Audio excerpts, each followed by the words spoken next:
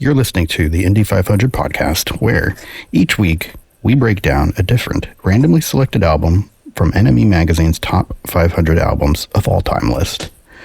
We did debate doing another World Cup of Music type tournament, but let's face it, England, where the NME is from, is cursed. They'll never win a cup, and our United States shouldn't be allowed within 100 miles of any kind of World Cup, even a music one. So to have them as the favorites in a music World Cup would be too much, even for us. But maybe seriously try fielding a group of like 48 countries and debate who's the most significant musically. You know, we got Germany, Scotland, Ireland. Who else are we missing on the pop music scene there, Helio? I mean, I don't know. Korea for K-pop, Japanese city pop. They'd be in there.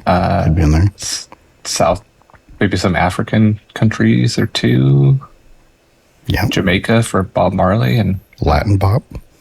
Yeah. All right. But I think it gets us to about 10. So okay. we only have 38 to go. Well, you know, not everybody gets into the what's the Eurovision, you know.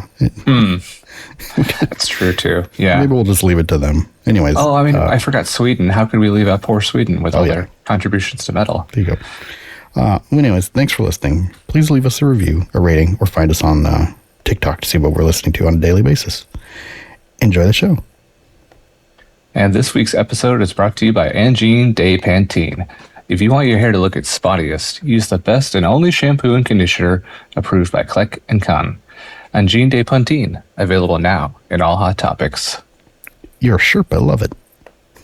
It is the only product that gets down to the microtonal layer of your roots to ensure that spotty shine. Angine de Pantene, in stores now.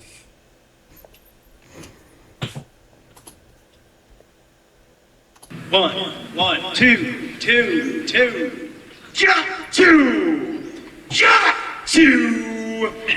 Okay. All right, so for our return sound drop or sound check for our return sound check question, we're going back to the well a little bit. We are pulling out a version of Null Way, the game where I ask Helio if something is real or fake. It's usually, well, I don't know. At this point, it's like half the time it's Oasis quotes or stories. But today, the Null Way edition is the Morrissey list of malefactors, real or fake. So a couple of weeks ago, a Morrissey blog post showed up where he simply listed, I'm going to estimate here about 50 people, just the names and the title, The Malefactors. Yeah, I didn't read it, but I want to say too, yeah, somewhere between like 35 to 50 names on there. Yeah, it's a lot, and it's pretty wide ranging. So I'm going to read you a few examples here. Yeah, and you tell me real or fake. Okay. All right. Now, is this segment sponsored by Colonel Morrissey's Barbecue, or they wash their hands of this one? You know, sometimes on podcasts, like you end up talking about your sponsor without them actually paying for a spot. You know, like this is one of those. Check out Prep Day, by the way, folks. Yeah, we didn't get our free barbecue coupons from Colonel Morrissey's this week, but we're going to drop his name anyway here. Okay. But maybe they'll unveil a malefactor sauce after this, and we'll see how it goes. Okay. Since these are just names, we can do these a little bit rapid fire, and I'll just tell you real or fake right off the top. All right. Okay. Let's see. Johnny Marr. Real. Yes, that's real. But yeah, it wouldn't surprise me if somehow that was one that just for that's bullshit reasons got left off. That's an easy one. Meryl Streep.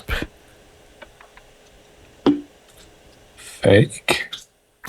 Nope, she is on the list. Oh, interesting. Yes. John Cena.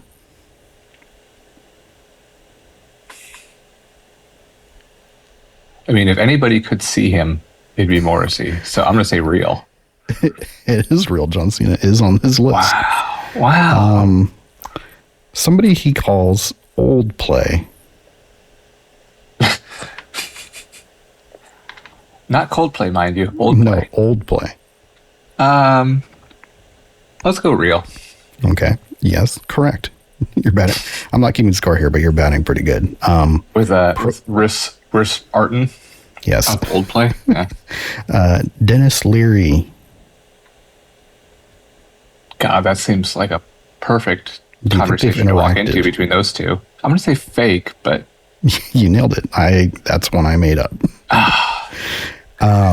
Johnny Marr again. real.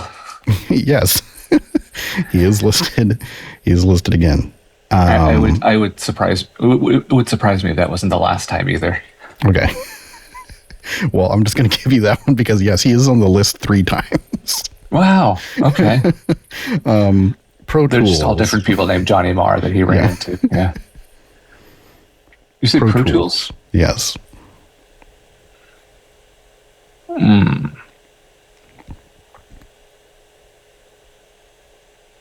Yeah. He always strikes me as a Ableton guy like myself. I'm going to say yes. Nope. Pro Tools is one that I made up. Let's see. Bigfoot.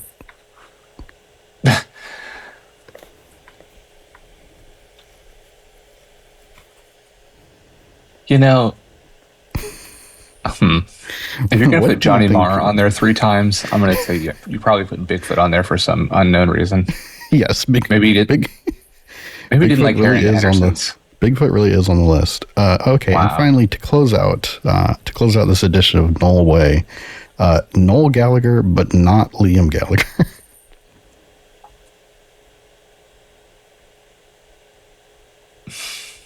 Actually, I guess I do have one more. You know, part of me wants to say it's the other way around, but I'm going to say it is Noel. Yes. You got it. Noel Gallagher is on the list, but for some reason Liam isn't. And then actually, I do have one final one to run by you. The entire list itself, real or fake? Oh, in a like ultra meta move, huh? Yes.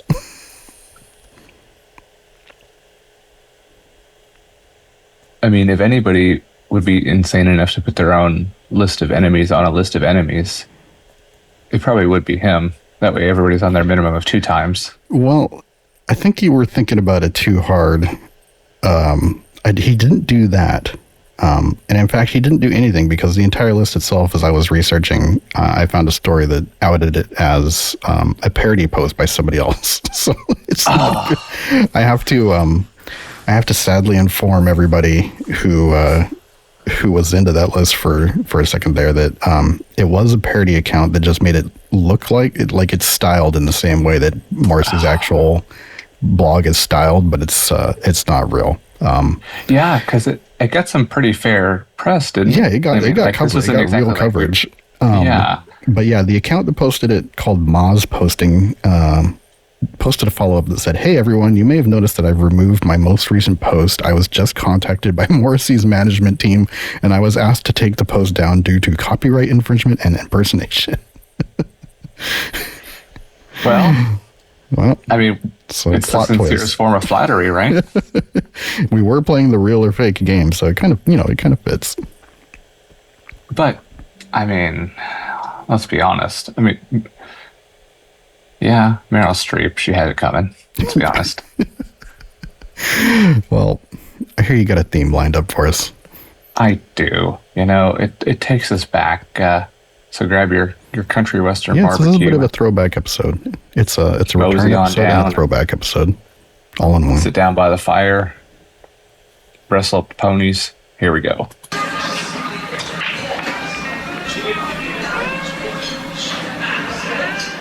This next one's a song we haven't played in a while. It's a song about a podcast and the audience who loves it. All right, let's go. I don't want to be your weekend lover. but maybe I could be flying with a Rodeo brother. It's a podcast. You'll love it. It's the Indy 500. Thank you.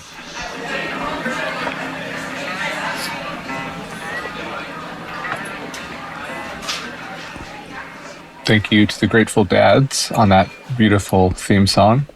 Was that recorded originally for the Gram Parsons album? I believe so.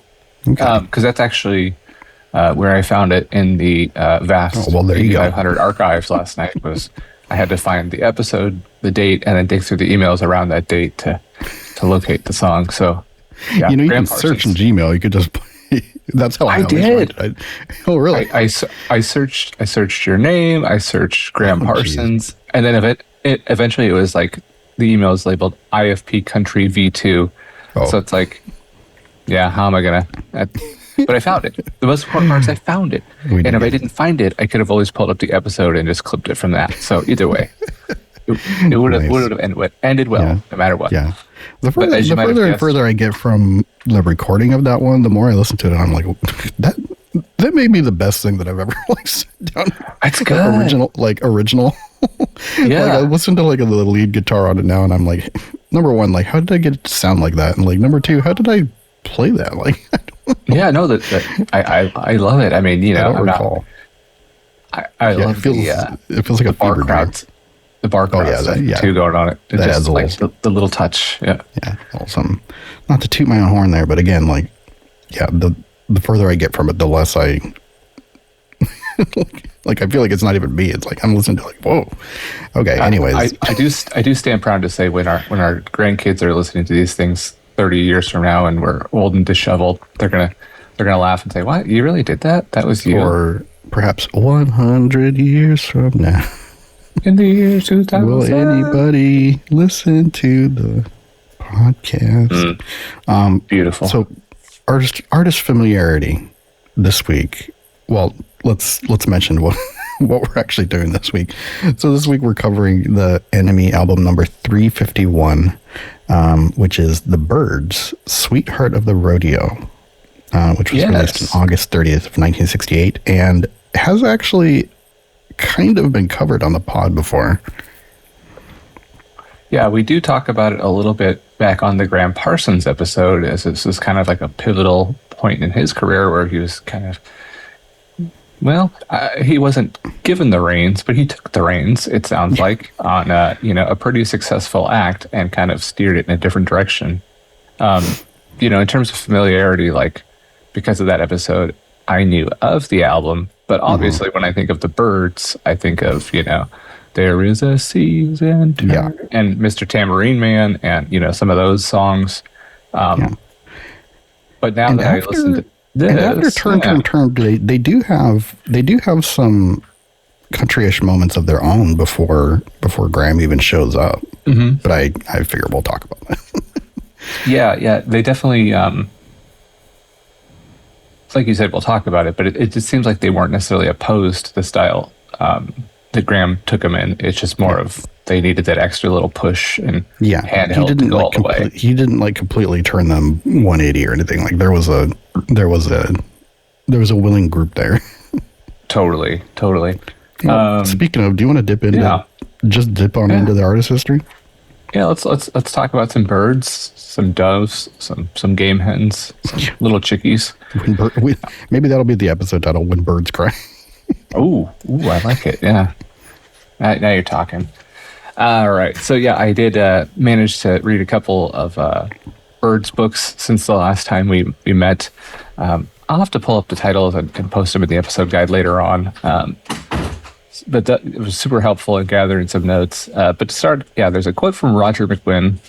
Roger at the time was still calling himself Jim in those days. But somebody asked him once why he decided to form the group, and his answer was 4 words: "I saw the Beatles." That was it. No grand manifesto, no folk rock theory, just a guy who spent years on the coffeehouse circuit, watching the world change around him, who understood immediately that something fundamental had shifted. He elaborated once, if you took Lennon and Dylan and mixed them together, that was something that hadn't been done before. That was the niche, and that's what the Byrds were going to fill. And, obviously 60 some years later, it sounds silly to think like, wow, you've combined the Beatles and Bob Dylan. Oh. But at the same time, like he said, it hadn't been done before, so somebody had to do it. What's remarkable about that idea is how many pieces had to fall into place for it to actually work, and how improbably, almost accidentally, those pieces came together in LA in 1964, where we start off the Byrds. Jim McGuinn was a Chicago-born guitar prodigy who had been through the full folk circuit gauntlet, touring with the Limelighters and the Chad Mitchell Trio, working as a staff songwriter at the Brill Building under the tutelage of Bobby Darin. He was doing session work for Judy Collins and Hoyt Axton. He arrived in LA in late 63, frustrated with the purest rigidity of the Greenwich Village scene, and started gigging at the Troubadour on Santa Monica Boulevard. So when he encountered Dylan, he probably actually encountered a Dylan. Right, exactly. It was kind of an in-person aha moment. So by early 64, he had begun doing something strange, folding Beatles songs into his folk sets, mixing the two traditions in his solo act. So there you go. He's kind of already, laying the seed for what he wanted to do.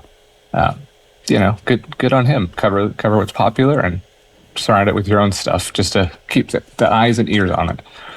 Another member, Gene Clark, was from Tipton, Missouri, one of 13 children, and had just left the New Christie Minstrels when he walked into a Troubadour show and saw that McGuinn was doing what Clark would describe as, in Rolling Stone's David Frick wrote in 1990 Byrds box set essay, an already accomplished songwriter, a writer of unusual emotional depth with a gift for attaching long, memorable lyric hooks to quietly spellbinding melodies.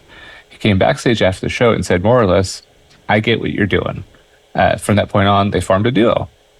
The third piece arrived without being asked. One night, McGuinn and Clark were picking in the Troubadour's lobby on the stairway, where the echo was good, when a man walked up and simply started singing in harmony with them. He didn't introduce himself, he just found the right note and joined in. And that was David Crosby, Barney Gumbel's hero. Aspiring folk singer, a former member of Les Baxter's Balladeers, and a possessor of a voice that publicist Derek Taylor would later describe as belonging to an angelic choir boy plagued by childhood demons. Crosby's own take, I saw this gap with Dylan and the Beatles leaning towards each other in concept. That's where we aimed.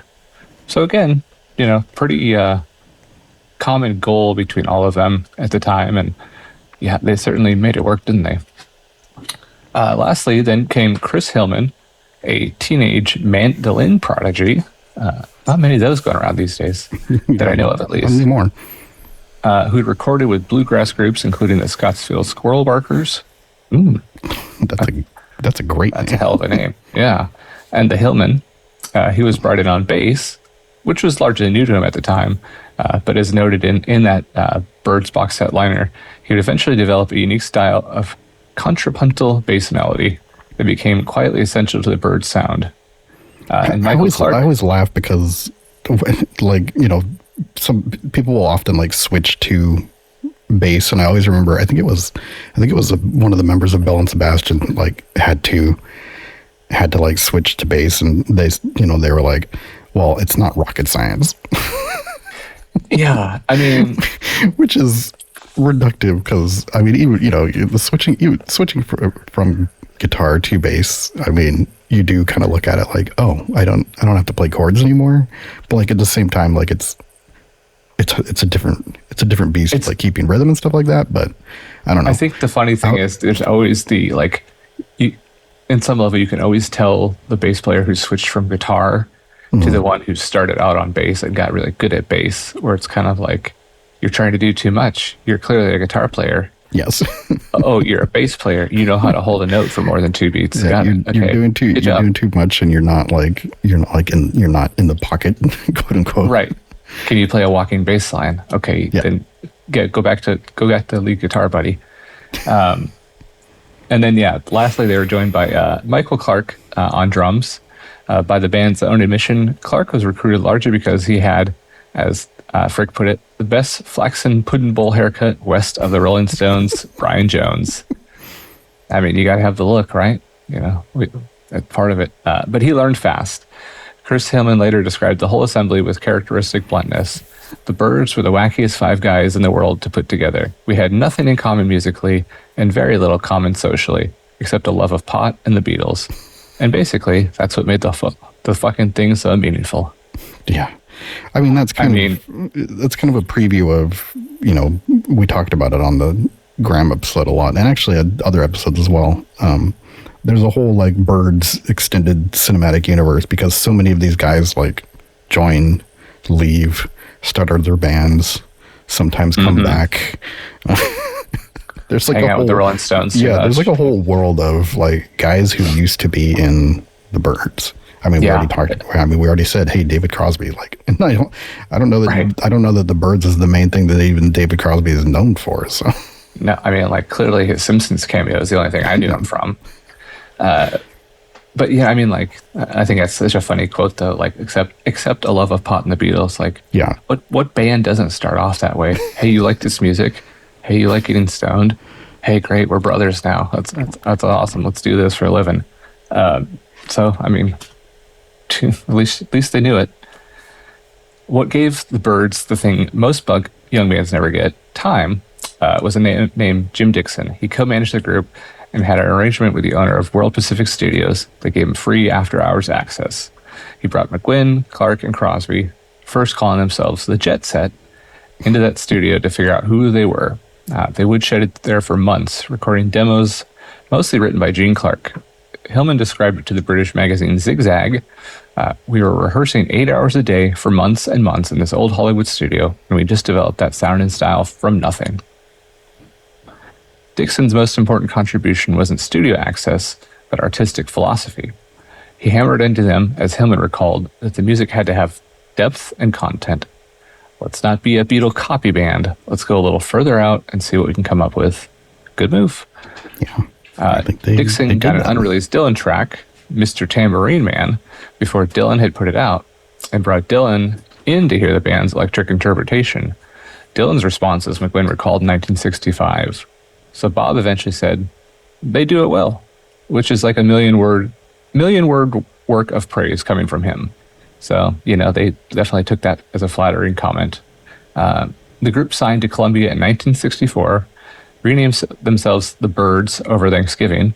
The deliberate misspelling, a nod to the Beatles' own orthographic tweak. And on January 20th, 1965, entered Columbia Studios in Hollywood. Producer Terry Melcher, the son of Doris Day, as you may know from Reservoir Dogs reference, There you go. brought in the Wrecking Crew to handle the rhythm section. Hal Blaine on drums, Larry Knechtel on bass, Leon Russell on piano. McGuinn played his 12-string Rickenbacker, Crosby and Clark sang harmonies, and then Hillman and Clark waited in the wings when Mr. Tambourine Man when Mr. Tambourine Man was released in 1965 in April, it went to #1 on both sides of the Atlantic. Impressive. It was a good tune. I mean, that really is an all-timer, though. Yeah. For that era. And it's funny how often they return to this well of covering Bob Dylan, or even getting Bob Dylan songs before they're out and then being like, can we have this? Yeah. And I mean, like, to his credit, they get a lot of them. Right. I mean, I thought it was interesting too. Like, it's a move Hendrix pulled too, with like All on the Watchtower. Kind of like, yeah, you got this song, and I think Dylan's was actually out. I think he's just so prolific that like it wasn't a problem. Right. I mean, it's almost kind of like Prince was, where it's like the guy can cough up a #1 hit. It's just a matter of how many does he have time to put out and work on, give it to somebody else. All right. Their Ciro's Lay Disc residency on the Sunset Strip that spring became one of those pivotal live moments that changes everyone and everything around it. As Taylor described it, the audience dressed in sailor suits and lengths of lace, moving as if enchanted, counterculture beginning in a club that had once hosted Lana Turner and Errol Flynn. On March 26, Bob Dylan walked in, went on stage with them, and blew harmonica on a cover of Jimmy Reed's Baby What You Want Me to Do. By the following week, it was standing room only. The Beatles named the Byrds their favorite American group. Oof. Hey. George Harrison sent a note back to Taylor. Tell Jim and David that if I needed someone is the riff from Bells of Rhymney. Tom Petty, writing the closing notes for that 1990 box set retrospective, called it plain. The Byrds created one of the handful of original sounds in all of rock and roll history. Having it been a sound that I think we grew up with, is already kind of existing in the world. I guess I had never thought of it in those terms, but, in that, it had to start somewhere since. He's absolutely right.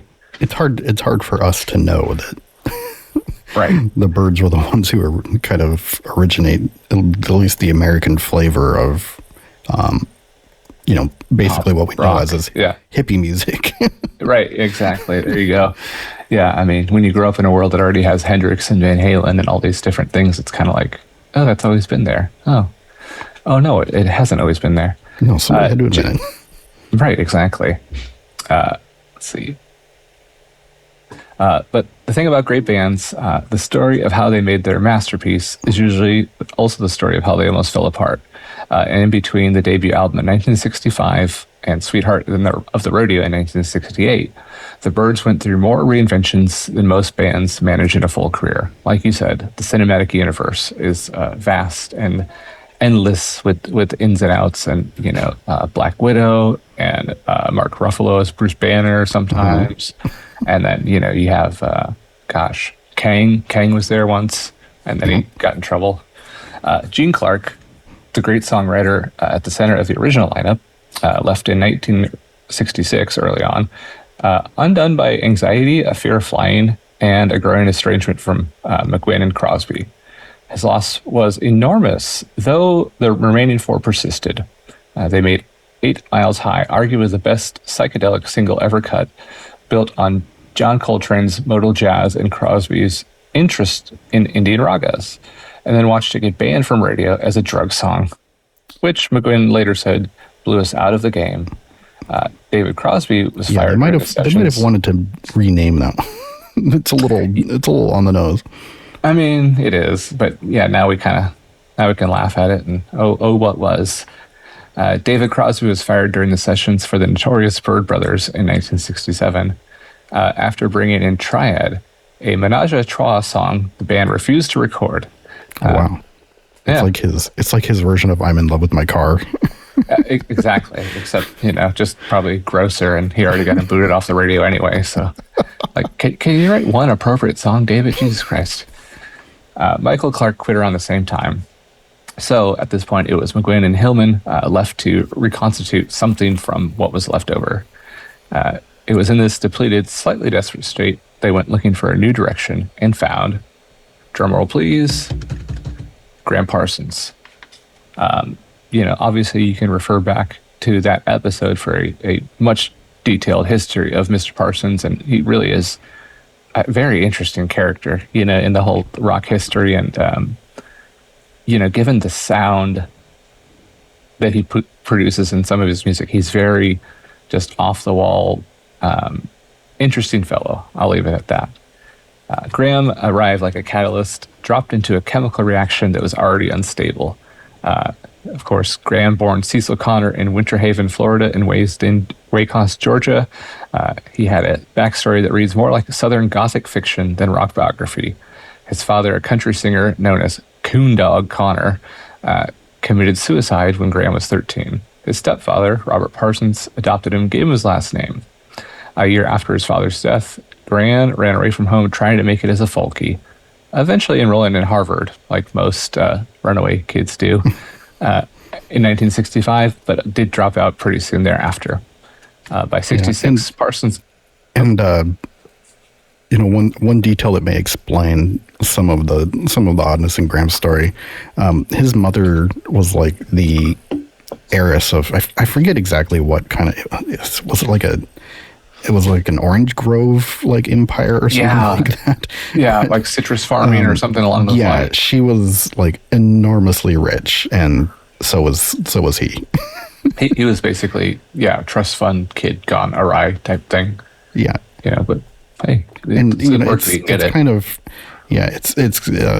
so he's always like, like since he was 10, he's been obsessed with like Elvis and gets into Merle Haggard and Willie and stuff like that. But like, that was never his like authentic life other than living in Georgia. He wasn't, he wasn't brought up in a shotgun shack and exactly. He didn't know much about the Dust Bowl and the hard times. He grew up rich, but he loves this music. Yeah. Which, I mean, hey, if it's in your soul, it's in your soul. What are you going to do? So by 1966, Parsons had found what David Frick described as the first true country rock group, the International Submarine Band, cutting an album called Safe at Home that would become a minor legend once Sweetheart of the Rodeo put country rock on the map, though almost no one had heard it at the time. By late 1967, the ISB was history, and Parsons was jamming around LA with a loose aggregation called the Flying Burrito Brothers, who we also mentioned in that episode. Anything just to catch us up on them that you think listeners should know? I mean, I mostly know Flying Burrito Brothers from the album that comes after Sweetheart. But I did this time around listen to some International Submarine Band, which is really interesting, because I think Gram, despite his stated mission of wanting to kind of marry rock and roll with all this, with country and all this other stuff, I feel like when he's given control, he tends to make it more authentic than what you would imagine that mission, kind of sounds like. But International Submarine Band is one of the spots where, like, I think he really was thinking about the 50-50 split and not, okay. Like, I mean, if you listen to Sweetheart of the Rodeo, like, there's some 70-30 at best. I would say 90. Yeah, there you go. Anything. It's very traditional, and like he like, it's a real Nashville sound. But International Submarine Band has moments where there's an interesting mix going on, and I think he didn't appreciate how interesting that sounded, as opposed to whenever he got a band together, he was like, but what if we just sounded like Merle Haggard? Yeah. There's definitely some cuts, we'll talk about later on Sweetheart, where it's just like, is this even country rock, or is this just country? No, this is just, there's a lot of spots where it's just country. I mean, there are a few that are the opposite. Yeah, where just there's two or three where it does actually mix with what the Byrds sound was, and like, those are maybe the more interesting moments on the album. But I would agree. Yeah, we'll talk about it. All right. Well, as he was playing with the Flying Burrito Brothers, he had kind of drifted into the Byrds' orbit, as one does when gallivanting around LA, playing at the Troubadour and putting out songs. So eventually he did cross paths with Roger McGuinn and Chris Hillman, Chris being the one that formally brought him into the fold. The group was finding it difficult to play their songs as a trio, and they hired Parsons ostensibly to play jazz piano. What they got instead was, as McGuinn put it, this Hank Williams character. As Parsons quickly abandoned the piano for a guitar, Hillman, with his own deep bluegrass roots, immediately recognized a spiritual brother. Together, they convinced Roger McGuinn to go stone cold country, to commit to it, to make the whole record. And that's the one we're talking about this week, Sweetheart of the Rodeo. And that we will, after a...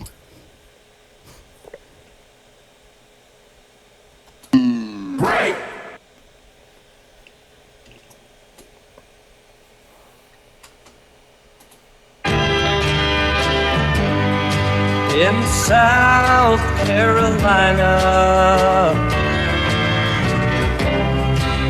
There are many tall pines. It is the Byrds. That's not the Byrds. Okay, listen to this one. I don't care how many letters they sent. The morning came, the morning went. Pack up your money, pick up your tent. You ain't going nowhere. See, it is the Byrds. They're doing Dylan. It can't be the Byrds.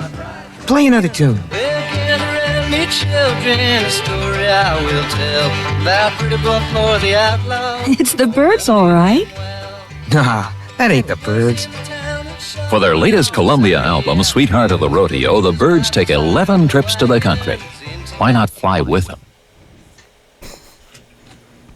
Well, it's not often we have a Deodorant commercial that for now the has actual extra album. protection ingredients to give you extra protection. And by Maybelline, the finest in eye makeup yet sensibly priced. And by new Pizza Spins, the crunchy, munchy snack that tastes like a pizza pie.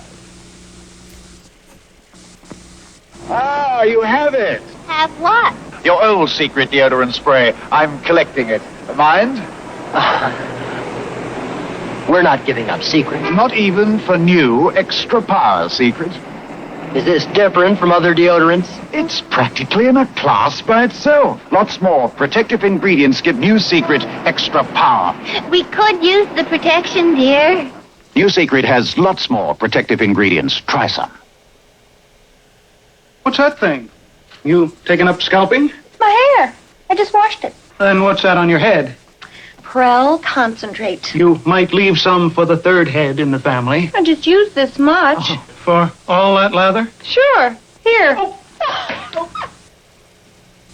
That thing looks pretty good. That thing is your wife. There's the hairpiece.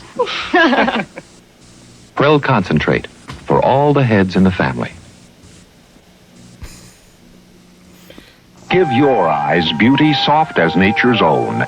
Use gentle eye makeup by Maybelline. When nature hides loveliness, let Maybelline reveal hidden beauty, so easy to use. Ultra Brow's brush-on color gently forms a perfect brow.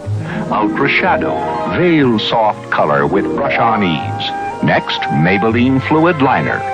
Finally, Ultra Lash Mascara colors curls, builds your lashes long, longer, longest. Why look like this? Every woman can have beautiful eyes. The finest in eye makeup, sensibly priced. Always Maybelline. Ahoy there! Tide's taking you out. Climb aboard. Ooh. Fiery sunburn pain. Put out the fire with Solar Cane. Contains pain-killing benzocaine. Ingredient used by doctors. Stop sunburn pain with Solar Cane.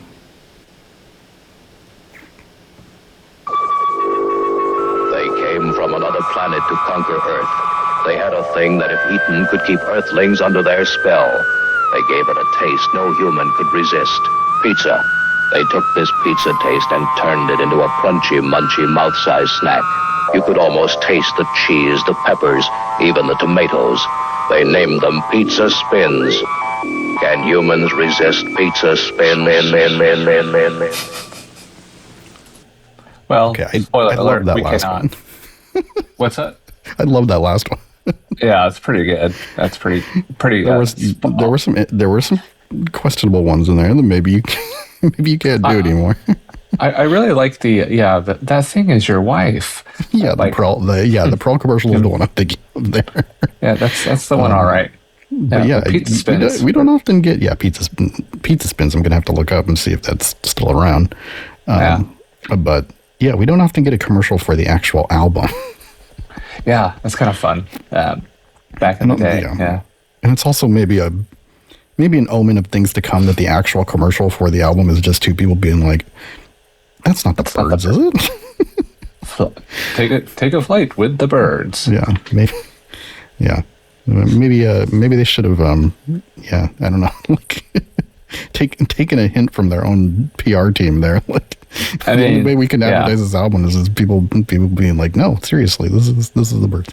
Anyway, a bird by any other name still smells as sweet. Did you want to hit any of these? We've been gone for a bit.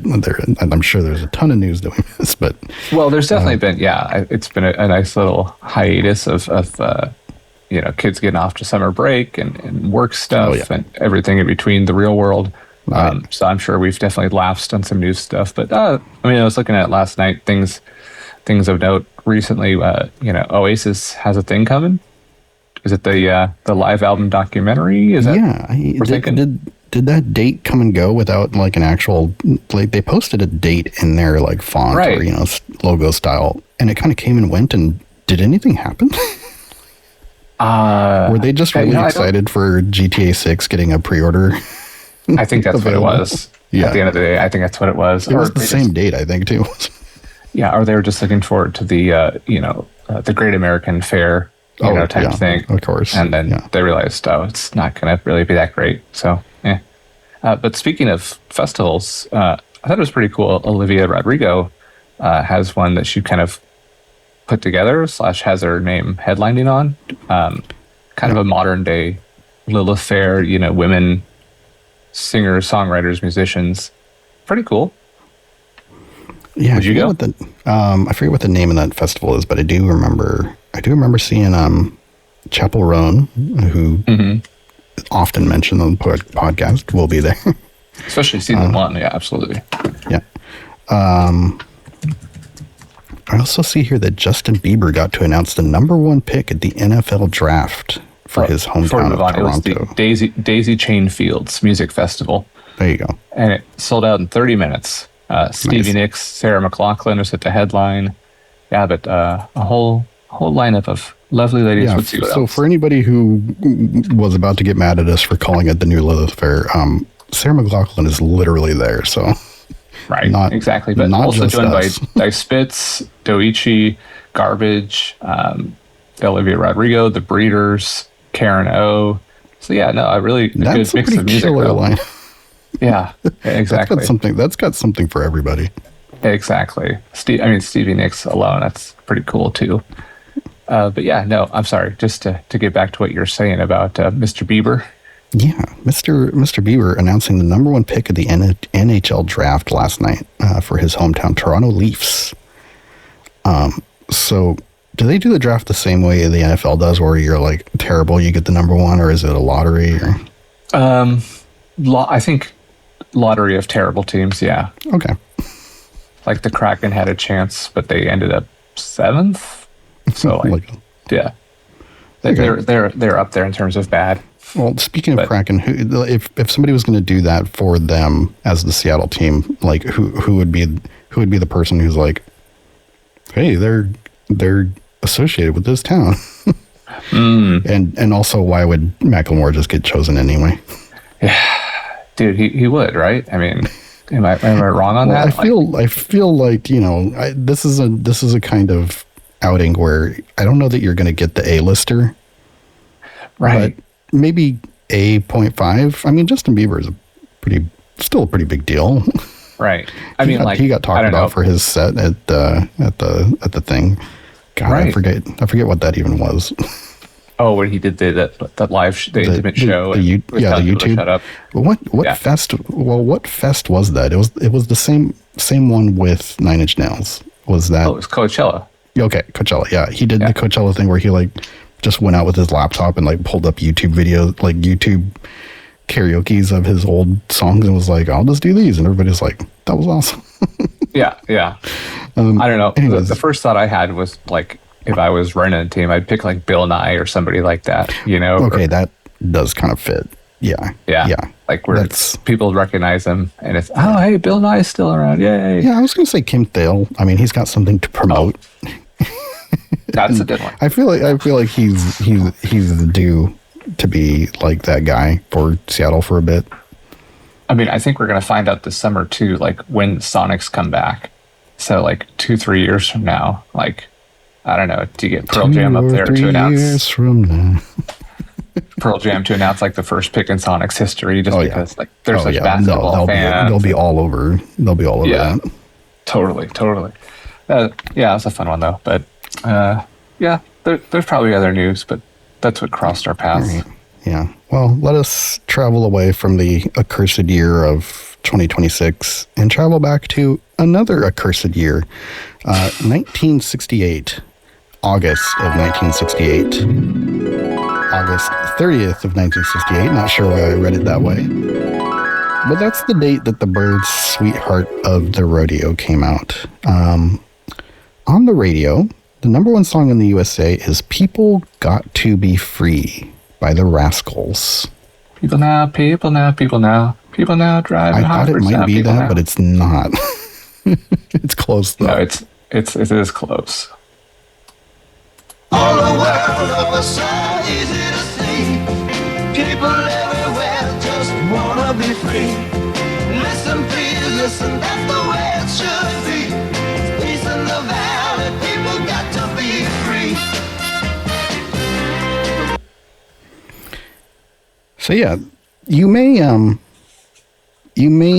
recognize the Rascals more from their other song where it's a beautiful morning, do do do do do do. Yeah, that's them. Yep.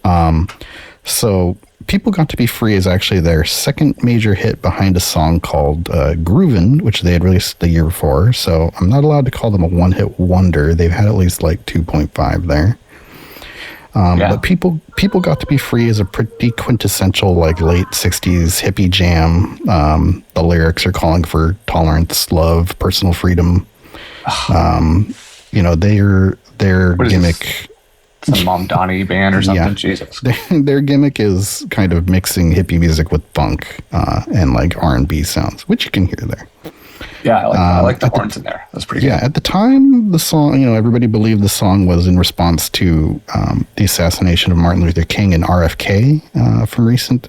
But the band leader, Felix Cavalier, says it was actually inspired by an incident where the band was accosted by rednecks after their bus broke down near Port Pierce, Florida.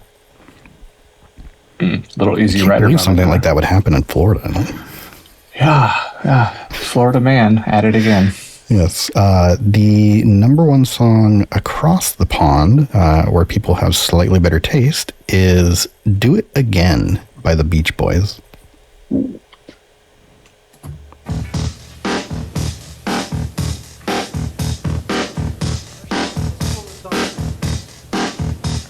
It's automatic and I'm talking with old friends. The conversation turns to girls we knew when their hair was soft and long, and the beach was a place to go.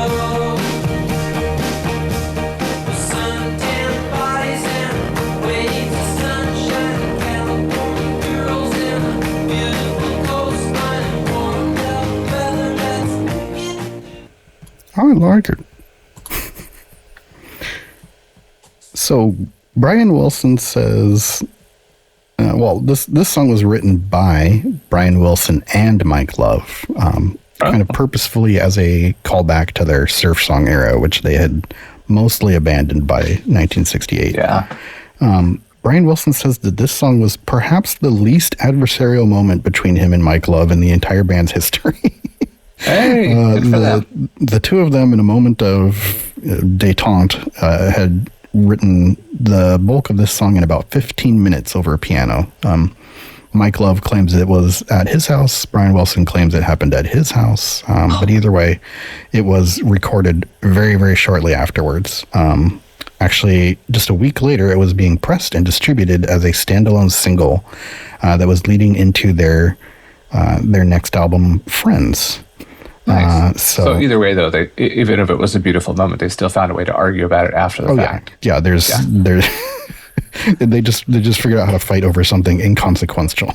Exactly, in true Beach Boys fashion. Yeah. Sounds good. Yeah. But also in true Beach Boys fashion, as often happens to them, whenever they experience a little bit of success, they immediately get upstaged and fucked over by the Beatles because on the very same date that this is hanging out at number one, August 30th, 1968, in the UK, that's when the Beatles released their single Hey Jude, which obviously would take over the charts shortly afterwards. Yeah, for the rest of human history, basically. Yeah. The number one movie, at least in the U.S. at the time, I forgot to look up the U.K. Sorry, Brits. Chances are the same. The number one movie in the U.S. was Hang 'em High, which was Clint Eastwood's first American Western film, which cribbed heavily from the spaghetti Western genre. But shortly after that, that movie would be dethroned by Roman Polanski's spooky classic Rosemary's Baby, starring Mia Farrow. And also Planet of the Apes and 2001 Space Odyssey are still kind of stalking around the box office at the time as, movies with long legs, having both been released earlier in the year. That's a pretty good era. Yeah, that's quite a moment. Yeah, I kind of feel like maybe after that, though, there's a bit of a lull until like Star Wars and Godfather, things like that. But yeah, that's a good spot to be in. Yep. 1968 in general in America is pretty widely recognized as a pivotal and chaotic year for the U.S. When people are thinking about the 60s, it's very likely that they're thinking of events that happened in this year. The Vietnam War is reaching its most intense stages, starting in January with the infamous North Vietnamese Tet Offensive, as seen in another Stanley Kubrick movie, Full Metal Jacket. It wouldn't be so offensive if we just weren't so woke, though. I think that's the thing. Yeah, the North Vietnamese said "fuck your feelings" and attacked during the Tet holiday anyway. Fuck your feelings, fuck your pronouns. We're Tet offensive. So it was also the year that the U.S. reached its highest level of its highest troop levels of the war. Just over 500,000 soldiers deployed. There were hundreds of college campus protests being held all through the year. And the war was expanding illegally into Laotian territory. And then finally, what oddly might have been one of the more pivotal moments in the entire war, Walter Cronkite goes on air and says that he does not believe that there is a way that the war can be won militarily. He says, quote, "It is increasingly clear to this reporter that the only rational way out then would be to negotiate, not as victors, but as an honorable people who lived up to their pledge to defend democracy and did the best they could." Yeah, even the president at the time, LBJ, watched that and was like, well, I guess we're fucking done. we gotta figure a way out of this. On April 3rd of 1968 is Martin Luther King delivers his "I've Been to the Mountaintop" speech in Memphis, Tennessee. And then one day later, he's assassinated at the Lorraine Hotel. Obviously, the assassination sparks nationwide demonstration, riots. There's shootouts between chapters of the Black Panthers and police. But despite the unrest and massive skepticism from white America, President Lyndon Johnson does pass the Civil Rights Act of 1968 shortly after. And the most significant portion of that is the Fair Housing Act, which barred discrimination based on race, religion, or national origin when selling or renting housing. And then, so let me get this straight. There's a president at the time who, while a figurehead of like social justice past, like did nice things afterwards and didn't just make a bunch of asshole comments. Yeah. If you can imagine. I can imagine, not in our year. Not right now. Later updates to the Fair Housing Act would add your sex, disability status to the list of protected classes. In August of 1968 specifically, the big event is the presidential primary elections for both parties coming to an end at their respective conventions.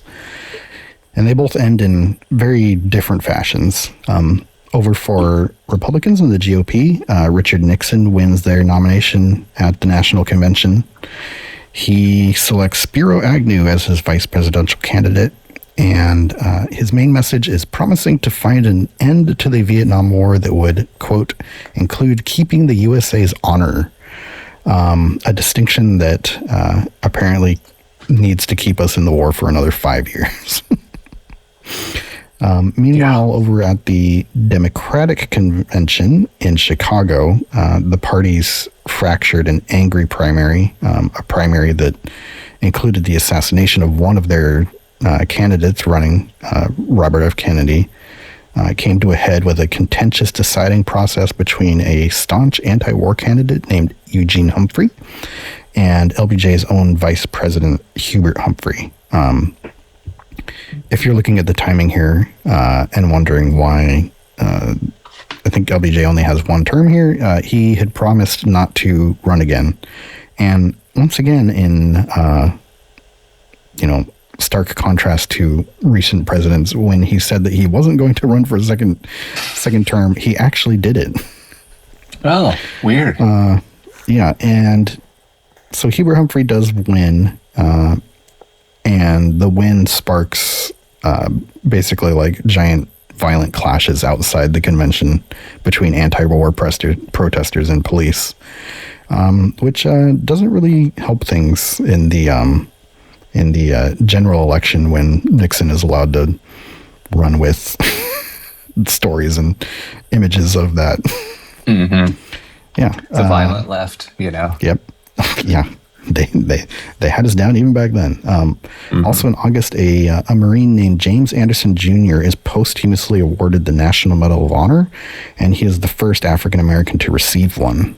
He saved the lives of men in his platoon when he dove on top of an active grenade that was thrown at them in an ambush while on patrol near their base in central Vietnam. Yeah. And across the pond over in the UK, 1968 was, all right, say it with me now, Indy 500 fans, you know this song, 1968 for the UK was a period of economic pain and suffering.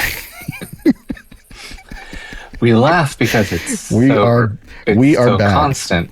But it's not that we're laughing at them. We are so back. Yeah, we are. Oh my God, that's. Yes, this is actually an early example of one of the many major national downturns that the UK would be facing in the coming decades. Sorry, guys. This is history. I'm not foisting it upon you. This is something that has already happened.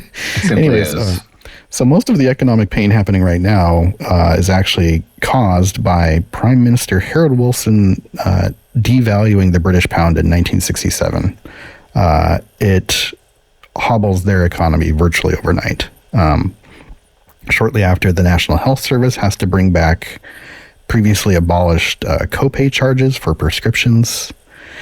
The traditional coal mining industry that employs over 500,000 Brits just a few years earlier is now in complete freefall, losing out to cheap foreign oil imports. Another historically strong sector, the textile industry, is experiencing a similar downturn. The cost of living and inflation is skyrocketing, and the government is attempting to make up the difference via brutal austerity measures, including tax hikes, and also a national ad campaign that suggested Brits should work extra hours without pay to help the local economy, which I'm sure totally went makes over sense. Great. Yeah. Help the economy by not getting paid. There you go. Yes. I'm surprised Trump hasn't tried that one on us yet. The word "yet" comes to mind. So the shock of all of this also profoundly affects UK youth culture, which previous to this exists mostly as a kind of unified national alternate version of US hippie culture with peace, love, understanding, weird drugs. But as the harsh reality of 1968 sets in, the youth culture in the UK finds itself dividing into factions, which are often openly adversarial with each other. The middle and upper class university students delve further into psychedelia and radical leftist politics. Their music becomes heavier and more experimental, with things coming out like Pink Floyd, Hendrix, Jethro Tull, the pre-glam folk offerings of a one Mark Bolan, aka T-Rex. On the other side of on the other side of things, the working class kids kind of turn their back on all of the hippie trappings like boutique clothes and peace rallies, and they create their own movement called Hard Mods, a movement defined by their shaved heads. They'd later be referred to as skinheads before the people we now know of as skinheads.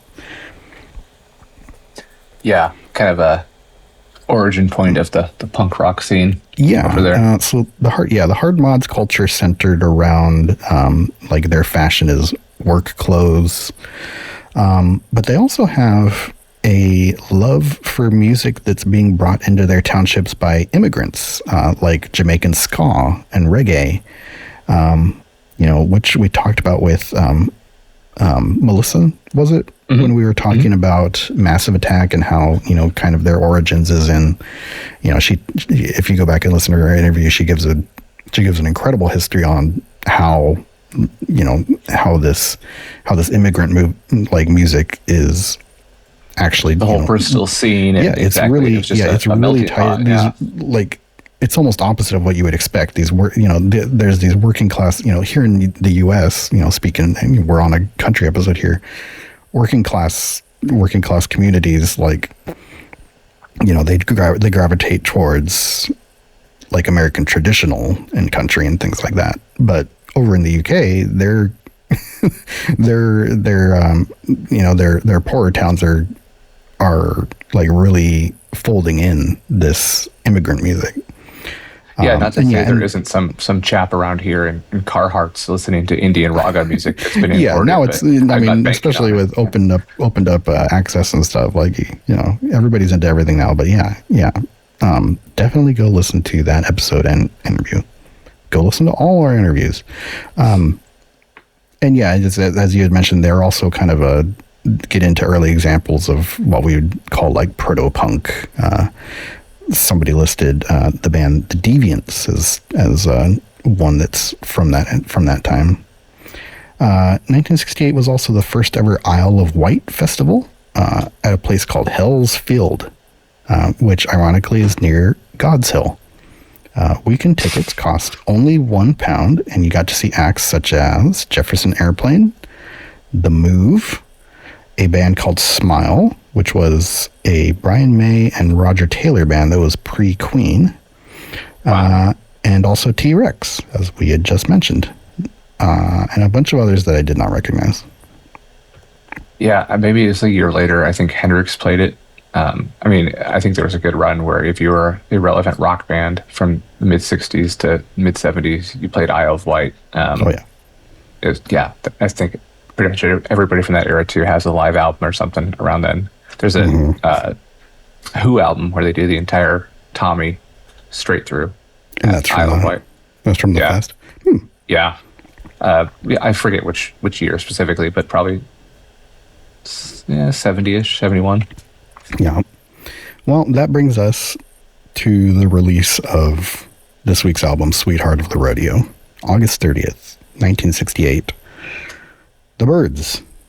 That's not the Byrds. It is the Byrds. So I had a spiel here for a second, so bear with me for a moment here. But Helio, are you familiar with like Elon Musk's like whole history with like the X thing? Like him taking ecstasy and making decisions that affect millions of people on it? No. And also his drug of choice is ketamine, reportedly. That's reportedly. True. Yeah.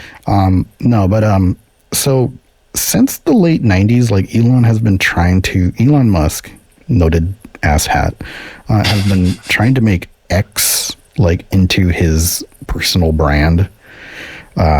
So he apparently like bought or stumbled into owning the URL x.com, and he was like so hyped and excited about having that like he became obsessed with like turning everything he could into X. I hadn't heard that. Yeah. So his very first foray ever into the tech industry was like this partnership with some of the guys where they created like an online a really early online banking and financial like web service. And he insisted on calling it X.com, of course, because he has the URL and he wants to use it. But everyone else in the company was like, no, that sounds like a porn site. A few years later, that site... You can get adult images on the internet. Yeah, so a few years later, that website and company merges with another banking website called Confinity. So shortly after that, they abandoned all of Elon's company's tech. They abandoned the X.com URL because, of course, there's now more people in the room who are like, no, this sucks. This is stupid. And they eventually buy him out because, he's annoying and loathed by everyone all the time, even back then, of course. But anyways, that company went on to become PayPal, and his kind of buyout and stocks and stuff kind of formed the base of the fortune he has, and which he uses to kind of get into other companies like Tesla and pretend to be like the founding engineer over there, even though he's not. He's just a rich guy. Yeah. He's a rich guy who used to kind of have a website that was part of PayPal that they stopped using as part of PayPal and then gave him a bunch of money. So everyone keep that in mind. So what you're saying is like David Crosby is the Byrds edition of Elon Musk because they just wanted him out of there and his ideas are stupid. Yeah, well, I'll get to why this is relevant, but yeah, like basically, so he goes on, he names his aerospace company SpaceX. There's a Tesla Model X. One of his kids with Grimes is named X. And then also, of course, famously, he buys Twitter and against everyone's advice, abandons the like globally recognized name and branding of Twitter so he can turn it into X.com. Anyways, all of this is to say that what this X thing is to Elon, that's what making country music popular and rock and pop is to Gram Parsons. Gram is similarly obsessed with bringing country music into contemporary like pop and rock. He heard Merle Haggard once and it rewired his brain like a cordyceps mushroom. With spores whispering to him day and night, like you gotta make these damn hippies love bluegrass and pedal steel. The way they delay pedal, they need twang. Yeah, they need. you gotta do this. You gotta do this for me, Gram. Yeah, but he often refers to this mission or this idea as cosmic American music, which he describes as a combination of American roots, honky tonk, folk, soul, and contemporary music. But as I mentioned before, usually when he gets his hand on the wheel, it just turns into straight up Nashville honky tonk country music. For whatever reason. I mean, who knows? I think he just likes doing that more, and he doesn't want to. He just seems to not want to admit to himself that that's what he wants to do. So like when he talks to people about it, he's like, nah, well, there's going to be rock in there. There's going to be some funk and folk. And then he gets in and he's like, psych, bitch. I'll say this. Go pick up that as a musician.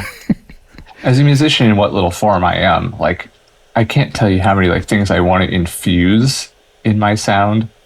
And then I just end up like copying a Tool riff or something like that. Or, it's just kind of like, well, it's great that that's your ambition, but what are you actually going to make when it comes down to it? Yeah, it's like that meme from the Jeffrey Dahmer Netflix where he's like, he's like, I told you you can go right after we watch this video or whatever. Gram is constantly grabbing people and being like, you can leave after we play. After we make a country bluegrass soul folk. After we cover this Willie Nelson song. So anyways, there's an interview with a website called musicconnection.com where Jim or Roger McGuinn talks about this album and Gram a lot. But he has a quote talking about Gram joining the Byrds. He says, quote, "We were rehearsing and Gram came in and there was a keyboard of some kind and I asked Gram if he could play any McCoy Tyner because I wanted to continue in the vein of their release 8 Miles High and kind of have a jazz fusion with a John Coltrane kind of thing. And he sat down and he played a little of that style of piano, and I thought, hey, this guy's got talent. We can work with him. And that was my original thought. I did not know that he had another agenda and that him and Chris Hillman were kind of in cahoots and were going to sway the whole thing into country music.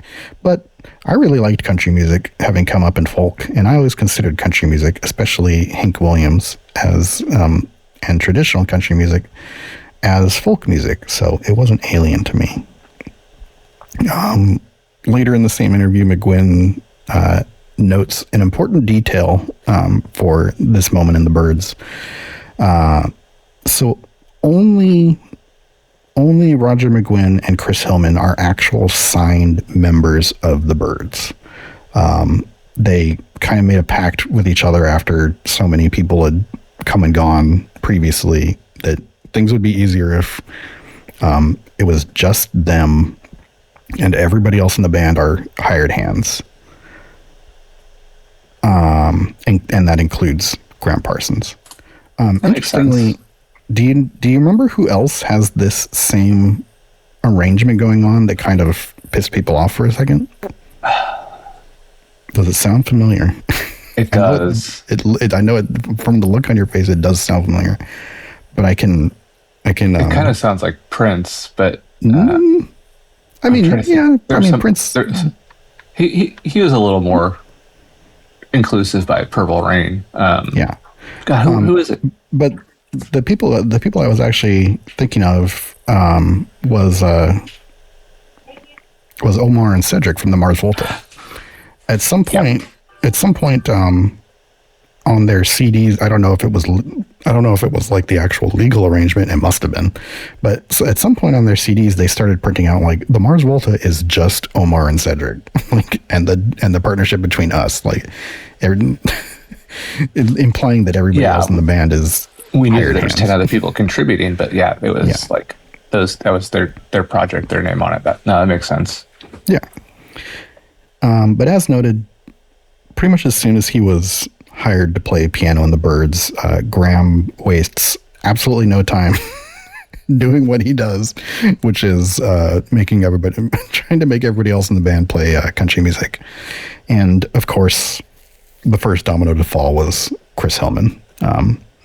Hillman, as we noted before, was raised on bluegrass music. He had already kind of previously sprinkled country sounds into Byrds albums.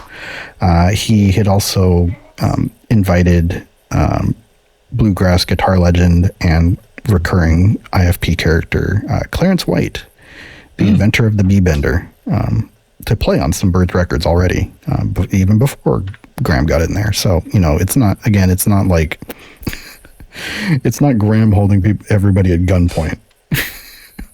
Like they are into this before he shows up. Right. They weren't shy about it. No.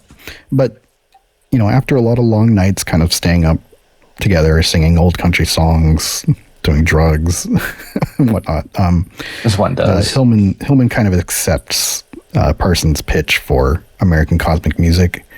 And they both agree that they are going to together kind of pitch Roger McGuinn on abandoning Roger's idea for their next album, which was like Roger's idea was going to be a like sprawling double LP that was going to cover like every single American style of music from like pre-Civil War tunes all the way out to like space synth like experimental music. But they came in and they convinced him, maybe we should just do traditional Nashville country. Imagine that. But that is what they all eventually kind of sign on to. McGuinn agrees. He hadn't like really fully fleshed out his idea for that album just yet, and he thought, maybe this will bring in a kind of new kind of fan for the Byrds. Again, Roger, being quoted in that Music Connection interview, says, quote, "I really loved Sweetheart of the Radio. I wasn't upset about it." It being his album that they're replacing. I wasn't upset about it. It wasn't a band meeting and there wasn't like a vote taken. It was simply that I couldn't get anyone else to go along with me on the bigger idea. And the interviewer says, and contrary to some reports, there seemed to be unity and cohesion in the band on this project, and it's not a big power struggle about musical direction of this version of the Byrds. And McGuinn says, no, it was perfectly fun. It was really just fun until the end, and then it fell apart.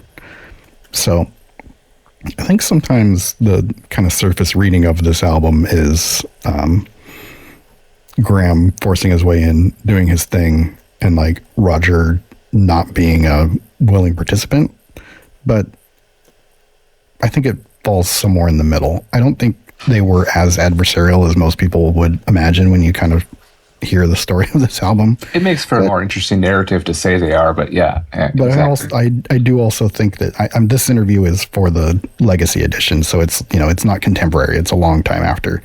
I do also think that Roger is probably smoothing things over a little bit now that Gram is one, dead, and two, kind of a legend.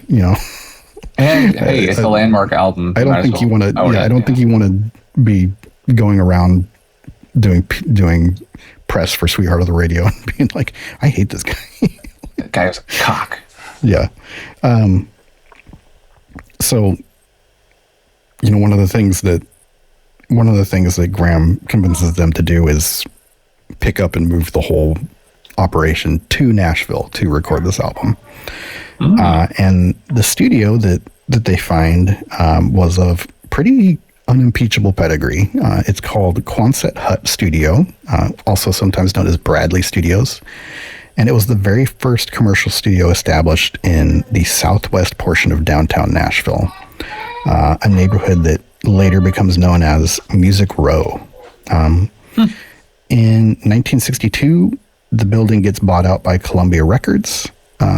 It's away from its original owners, and they upgrade a lot of the facility, but they smartly keep the original Quonset Hut studio pretty much intact with like original equipment and architecture. Did you happen to get when that was started, that studio? That studio? Why don't you Google that? I do know 1962 is when it got taken over, but I don't remember exactly when it was founded. Almost there. 54. 54. There you go. Some other names that recorded there include Bob Dylan, Johnny Cash, Charlie Rich, Merle Haggard, Patsy Cline, Tammy Wynette.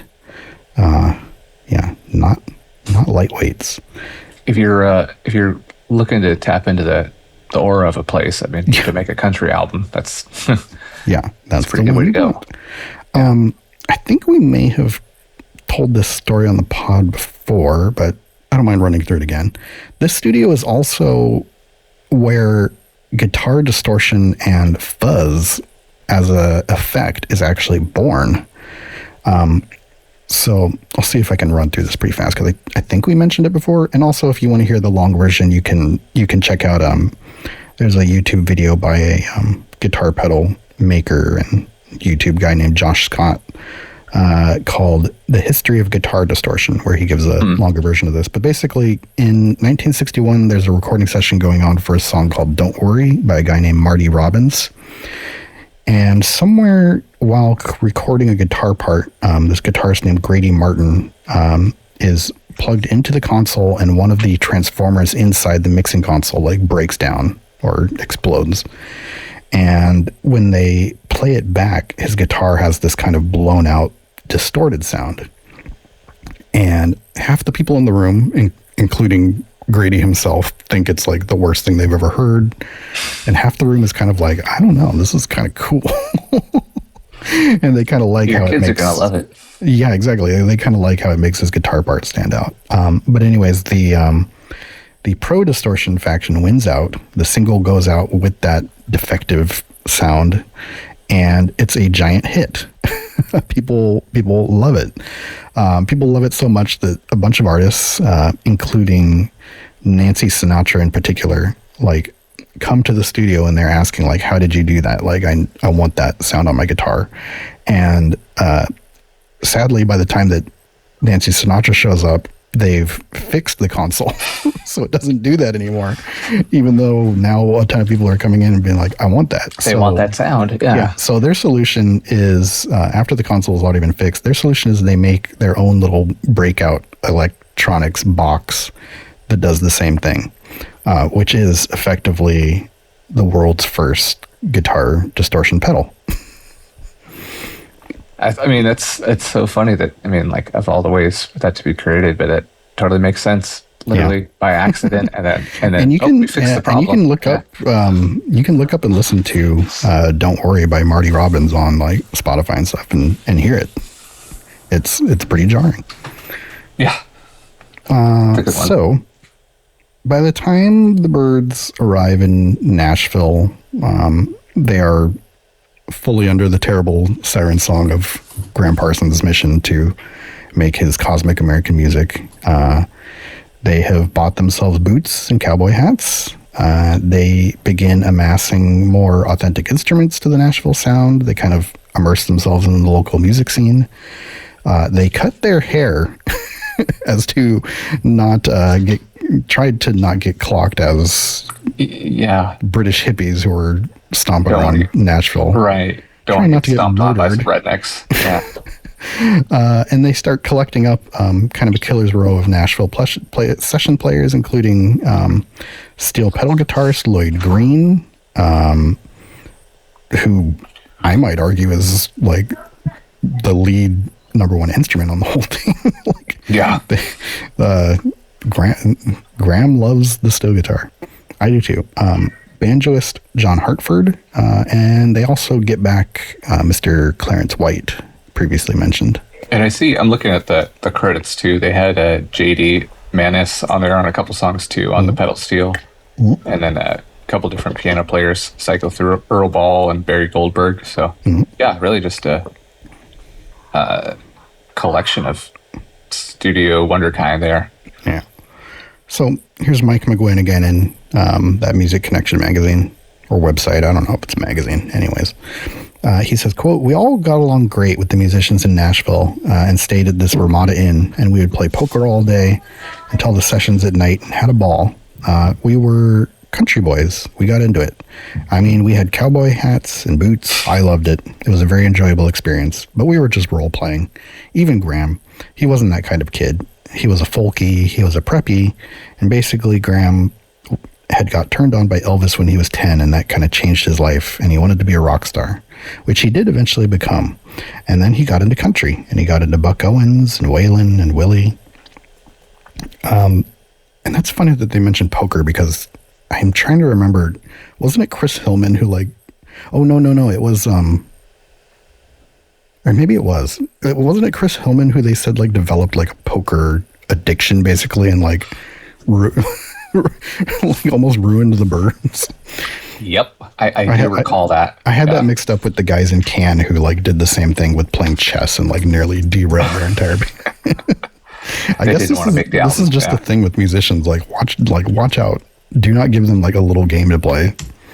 Yeah, I think their personalities are gonna shine through, aren't they? Yeah. Let's see. Are you finding the story? It basically says the Chris Hillman poker problem refers to either the wild, distracting late-night poker games he frequently played with Gram Parsons, or a specific incident in his memoir where a heavy-drinking local threatened him and his friends over the results of a game. Oh, okay. So, yeah. So basically the story of the song Me and My Uncle. Yep, exactly. The recording sessions for this album take place in March of 1968. There's a bit of additional work later at Columbia's Hollywood Studios. And I would like to read this quick excerpt, actually. Go for it. This is from No Depression, a Chris Hillman memoir. He recalled a harrowing evening while he was living in Topanga Canyon. He and a few locals, including a renowned horse trainer named Bill Wilds, got together for a, in quote, Wild West-style poker night. As the night progressed, a heavily intoxicated player accused Wilds of cheating. Wilds immediately jumped up and grabbed a pool cue as a weapon, escalating the game into a tense standoff that Hillman said felt like an old saloon movie. There you go. They're living the life. That's the Byrds. Yeah. So, the story of Parsons kind of taking full control of the band during these sessions, it isn't just, an urban legend or an apocryphal story. When you listen to, you can get a hold of I think they call it the Legacy Edition, which is the big 2-disc version of this album. There's outtakes, demos, rehearsal recordings, and things from the sessions. And you can really hear Gram is leading the band. The song selections mostly consist of country standards. There's a few Gram Parsons originals, like Hickory Wind, 100 Years From Now, and Lazy Days. There's a few, I believe 2 of the Byrds specialty, which is covers of Bob Dylan songs. I think it's You Ain't Going Nowhere, the opener, and I think Nothing Was Delivered is the closer. Yeah, so the book ended it, which is kind of cool. Yeah. A fun note here, McGuinn actually messes up the lyrics of You Ain't Going Nowhere. He says, pack up your money, pick up your tent, which there's a re-recorded version by Bob Dylan in 1971 where he does the song and he says pointedly, when he sings it, he says, pack up your money and put up your tent, McGuinn. Hey, that's pretty good to get called out in a Bob Dylan song by Bob Dylan. Yeah. You've been immortalized. Yeah. If you weren't already, you are now. Yeah. Leader of the Byrds. Yeah. So something also that may have been kind of lost in the interim time here.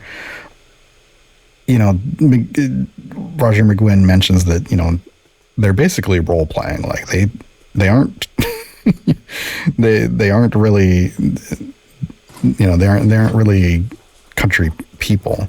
But he said, but if you want to be complimentary, it's method acting. I mean, yeah. They try their darndest. It's not for a lack of effort, but I mean, in the end, they didn't grow up here. But anyways, what I was saying is a lot of the song selections here are kind of ironic and maybe a little comedic. So, you hear things like, the Byrds are doing I Am a Pilgrim, which is an American staple going back to like 1800, or The Christian Life, which is a cover of a evangelical Christian band. The Louvin brothers, yeah. Yeah, I mean, if you pick up Sweetheart of the Radio and you don't know much about it, you'll hear those songs and you're like, oh, this must be... What happened to these guys? These guys were party animals. I mean, even if you don't know who they are, you're listening to it and you're like, oh, well, these guys are Christians. They like the Christian life. But, it's supposed to be funny. Yeah. I love Blue Canadian Rockies, singing by a guy from California and from Florida. Mm-hmm. Again, they just like the song. Yeah, there's a lot of winking and kind of sly... There's a little sly attitude to the whole thing. Hickory Wind is a Parsons original that he's been carrying around since International Submarine Band days. He often re-records it pretty much anytime he gets a band or a studio. There's a Billboard article about the album that says, quote, it's a bittersweet ode to Greenville, about this song. It says, quote, it's a bittersweet ode to Greenville, South Carolina, where he lived as a teenager and first picked up a guitar. Chris Hillman loved the song so much that he called it Parsons' greatest work, saying in the liner notes to Parsons' CD compilation, quote, it's very descriptive with vivid imagery, and Gram was shuffled off to prep school and lots of money. He was a lonely kid. Life in Prison is a cover of a Merle Haggard song. Here's an interesting one. The track You Don't Miss Your Water is actually a cover of a Stax record artist named William Bell. For more info on Stax Records, go check out our episode on Isaac Hayes' Hot Buttered Soul. But that's actually one of the more honest and successful attempts of kind of folding country into another style. Yeah. No, okay, I'm looking up the history of that song. Yeah, 1961, William Bell. Interesting. Do you see Isaac Hayes playing anywhere on it? I should have looked at it. Let's see.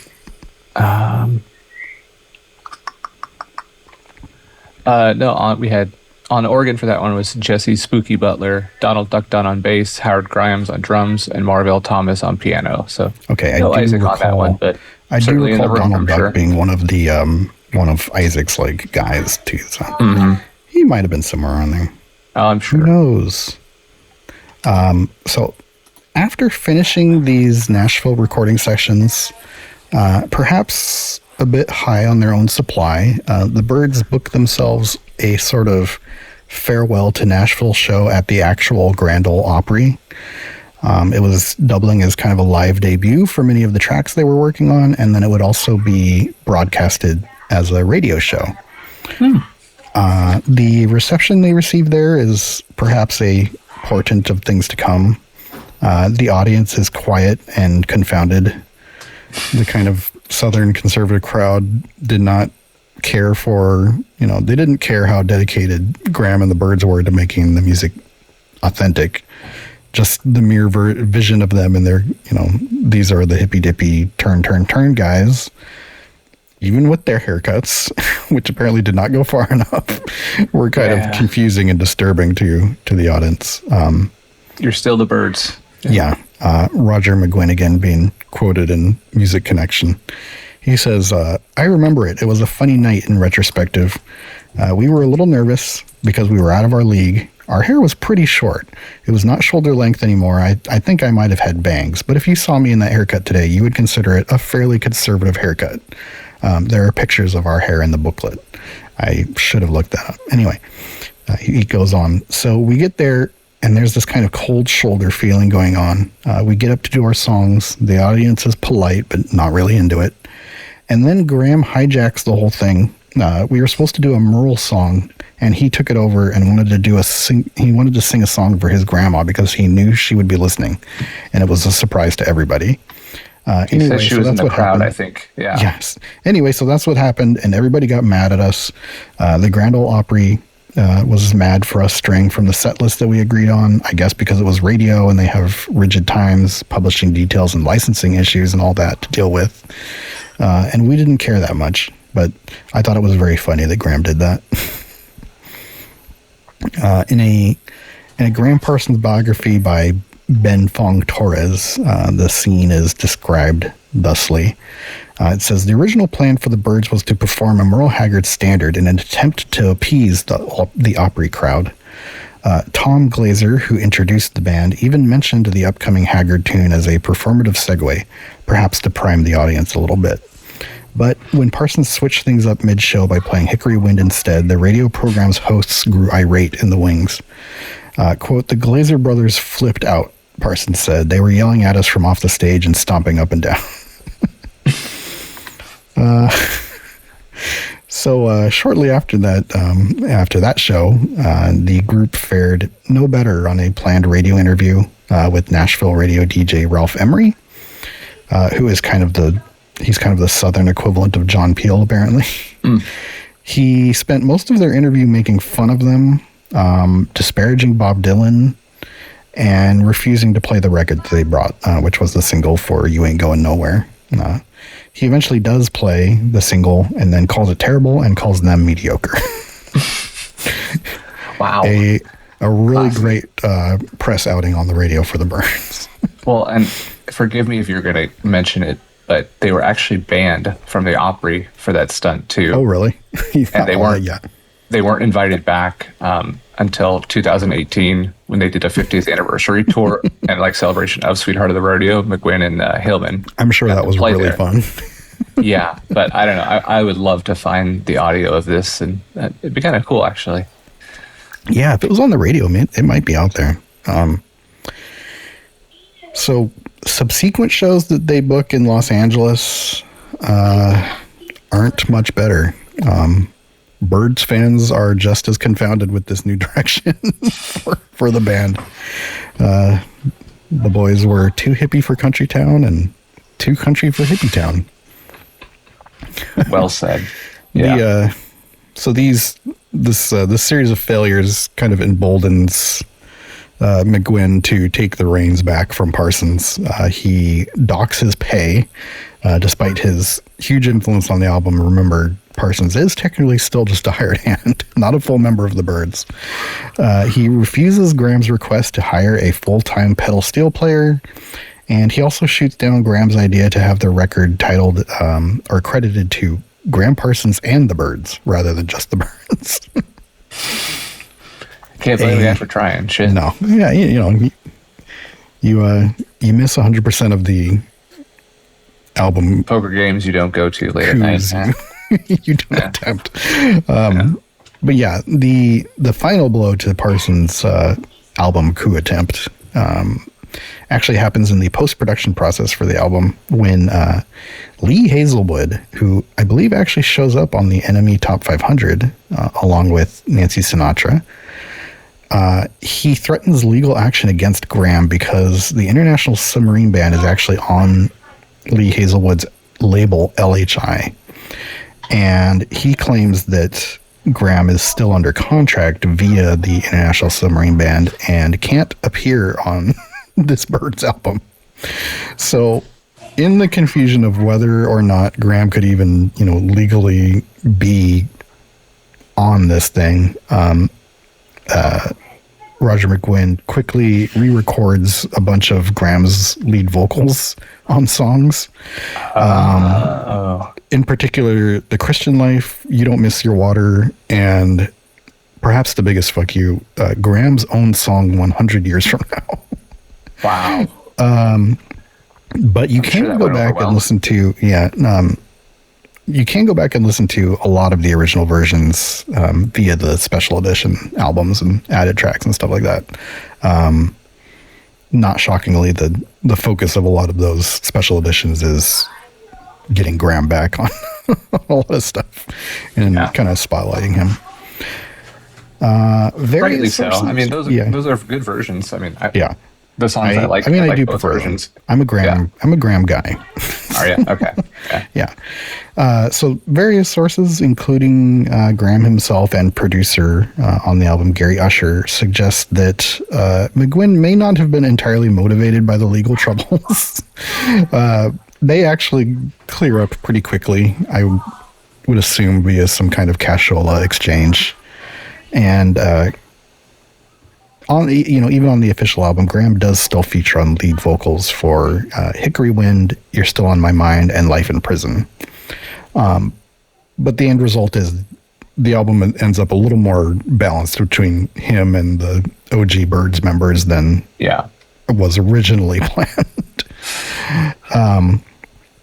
So having put the recording process behind them, the band schedules a international tour starting in July with a return to England. And then afterwards, they are meant to continue on to South Africa.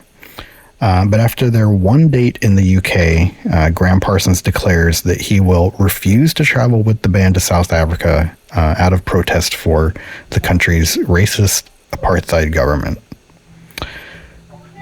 which I believe we talked about on the Gram episode. Wasn't that his excuse to just hang out and get high? Yes. McGuinn and Hillman both doubt Gram's claim. They say that he was never that political and that they believe he was just done with the Byrds and wanted to stay in the UK to hang out with his new friends, Mick Jagger and Keith Richards. Others say that Gram was afraid of flying and didn't want to be part of an international tour. But either way, no matter what the real reason was, the decision effectively ends Gram's employment in the Byrds, which shockingly only lasted 5 months. Wow. All of this happens over the span of 5 months. Damn, they made it count. But it's pretty fateful for everyone involved. The Byrds do replace Gram with Clarence White, aforementioned Clarence White, which leads to a era that a lot of people stealthily think was kind of a really good time for the Byrds. Gram and then shockingly Chris Hillman both go on to form. They revive the Flying Burrito Brothers and put out a really good album that I'm forgetting the name of, but I bet you it's right on top of my Spotify because I'm constantly listening to it. Let's see. It is called Gilded Palace of Sin. The Flying Burrito Brothers album is the one that they make after this. Very, very, very good album for Gram fans. So Sweetheart of the Radio, despite some critical approval in general, never really found its audience. It peaks at number 77 on the US LPs chart. It doesn't chart at all in the UK. But in the interim, it's been recognized as something special. I think we talked about Gram and and this album in particular kind of plant the seeds of like the coming versions of American country roots music and rock. And, you know, eventually other people kind of fulfill Gram's dream and make it real.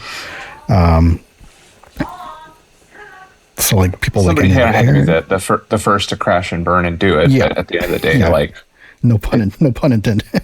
Yeah, I was assuming there. maybe. People like Emmylou Harris, you know, outlaw country, the Eagles, totally. Gram's own posthumous legend, and the alt country movement decades later. You know, all of them are heavily indebted to those sessions in Nashville and Hollywood.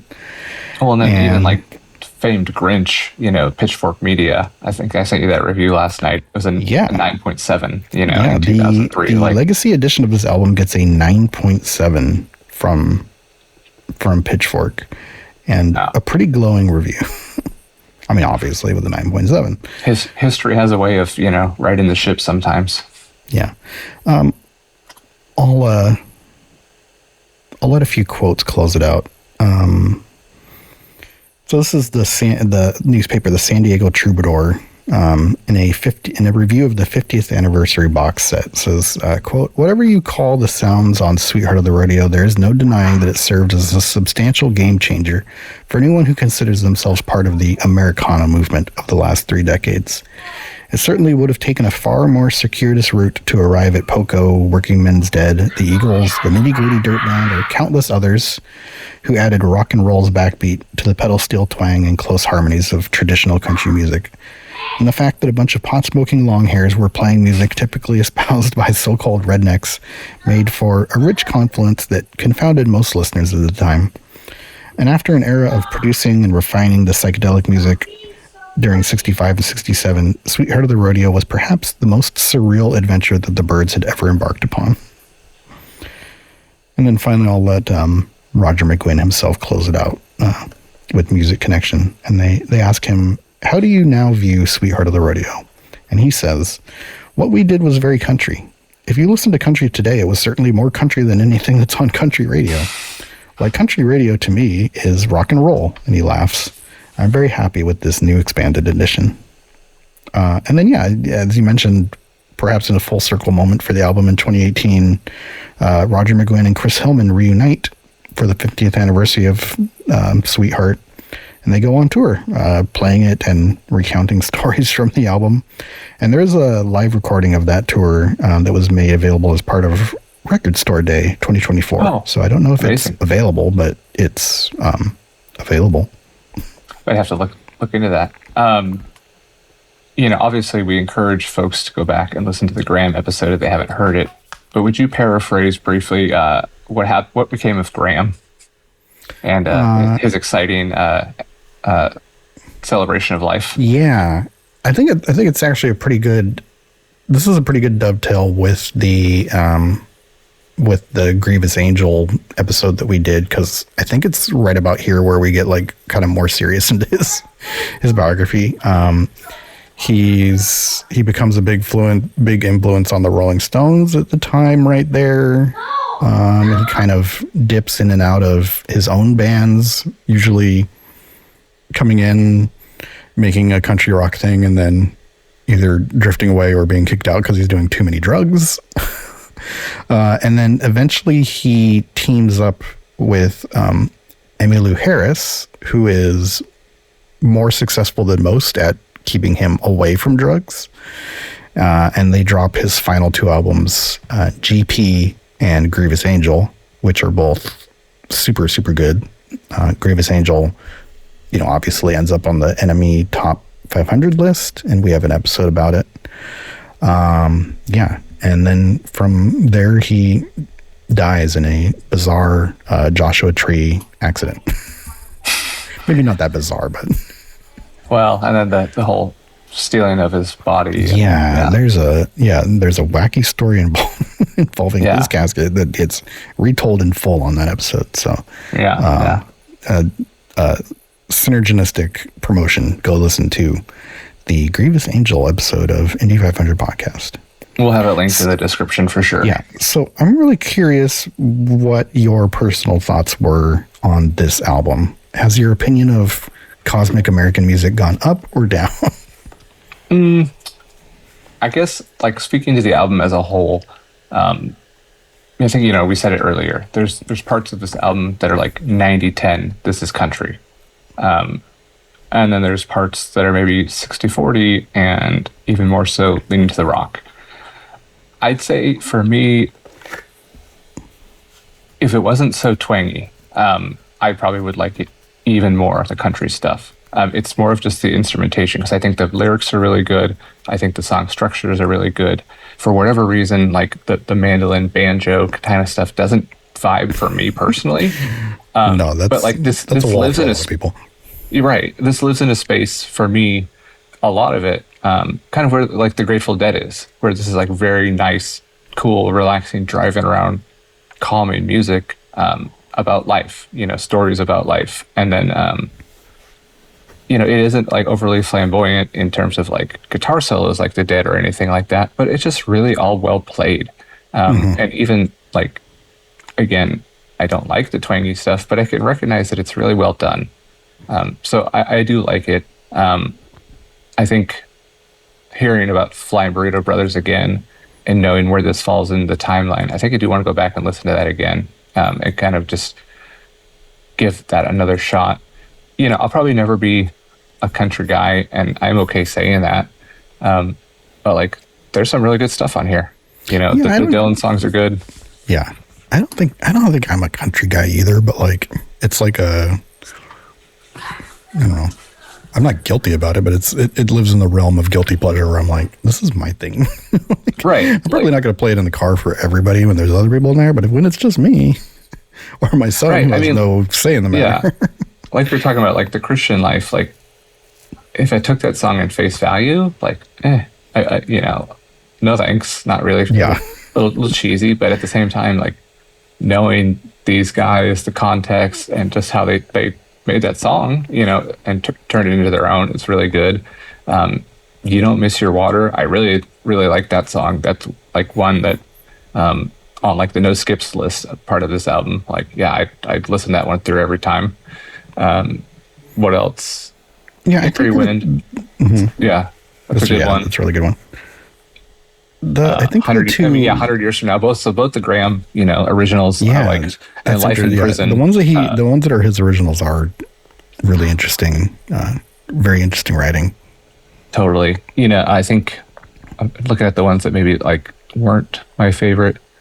I want to say Blue Canadian Rockies just didn't really I can't do really too much recall for that me. one off the top of my head.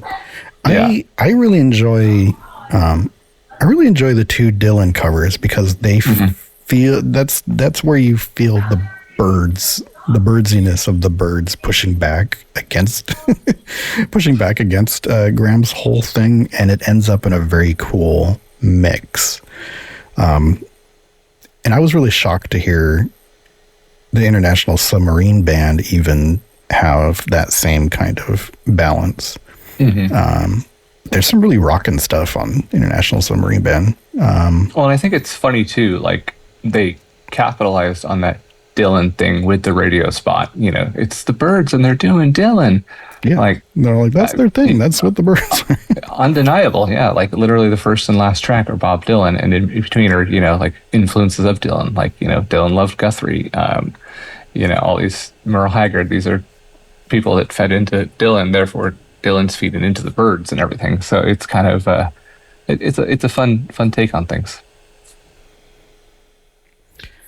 Well, unless you got any more, I think that's our time with the Byrds and Sweetheart of the Rodeo. I was, it's funny if you listen to the one. We did our tier list. The tier list was the last episode we did, right? And at the end of that one, we were like, hey, let's roll and stick something in the queue. And this album is what we ended up on. But I can't remember. I mean, we'll talk about it, but I can't remember what was actually supposed to be next. Oh, Joni Mitchell. Joni Mitchell's Blue is supposed to be next. But we've been lining up interviews and stuff as we on often want to do when it's either a very important female artist, women's artist, or not our racial makeup.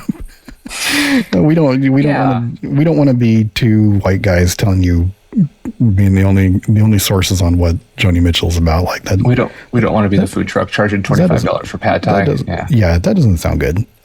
So we've been working on that, but one of the things we said was, okay, well, in the meantime, why don't we do one of the other bands in the queue? And I immediately said to you, hey, I'm not going to force it. I'm not going to force Sweetheart of the Rodeo, but despite what people may think, you were the one who said, but I want to do Sweetheart of the Rodeo. Yeah. And like the whole thing that I took away from like the Grievous Angel episode is like, the story is even more interesting to me than like the music itself. And that's the fun part of, doing this is uncovering all these little, anecdotes and quotes and whatnot. And I mean, shit, they got banned for going off script with the Grand Ole Opry on the radio. Like, who does that? Gram Parsons does that. That's fun. All right. Well, let's leave this one behind and perhaps peer into some other lists. Yes. Well, as we always like to ask around this time. What do you know about the multiverse? The multiverse. Fizz had his theories. He believed it was real and dangerous. Well, he was right about both. More dangerous than a manager or a, horse trainer getting a pool cue? I don't know, but we'll see. We'll see. So in this segment of the show, we break out the old Eye of Agamotto on loan from the Sorcerer Supreme himself, Dr. Stephen Strange, to peer into alternate universe to see what might have been if this podcast was about a different list, like, say, the Rolling Stones' greatest albums of all time. A reminder, this is number 351 on the Top 500. So for the Rolling Stones Top 500, that is SZA with her album SOS from 2022.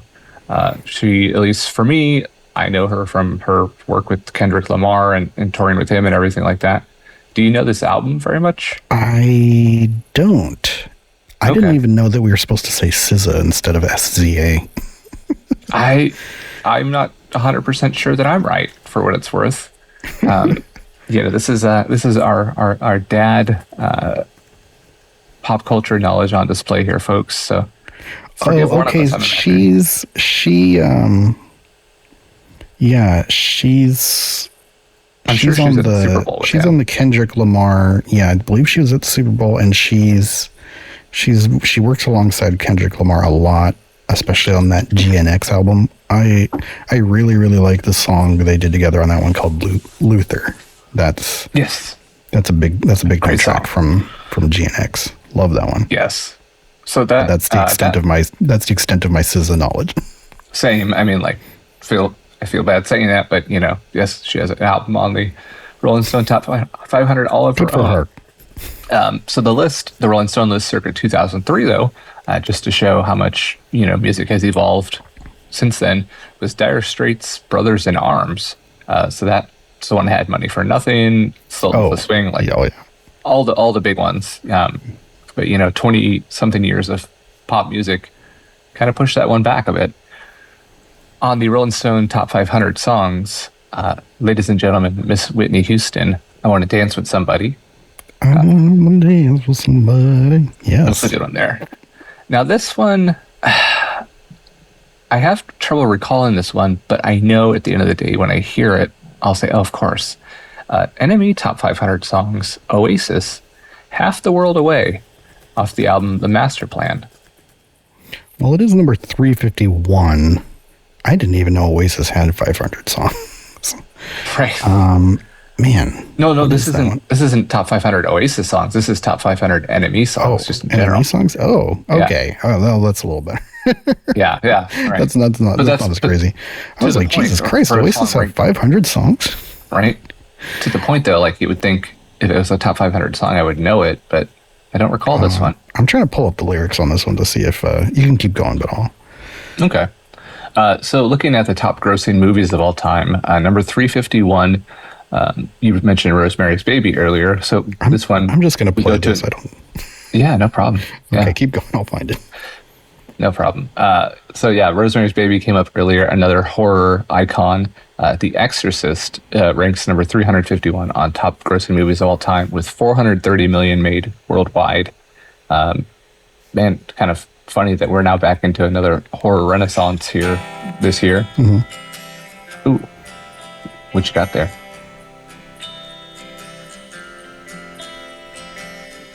I would like to leave this city. This old town don't smell too pretty, and I can feel the Oasis does Gram Parsons. All right, so it's no Wonderwall. No. Yeah, I don't recall that one. He just said, "I'll book myself into a soul asylum."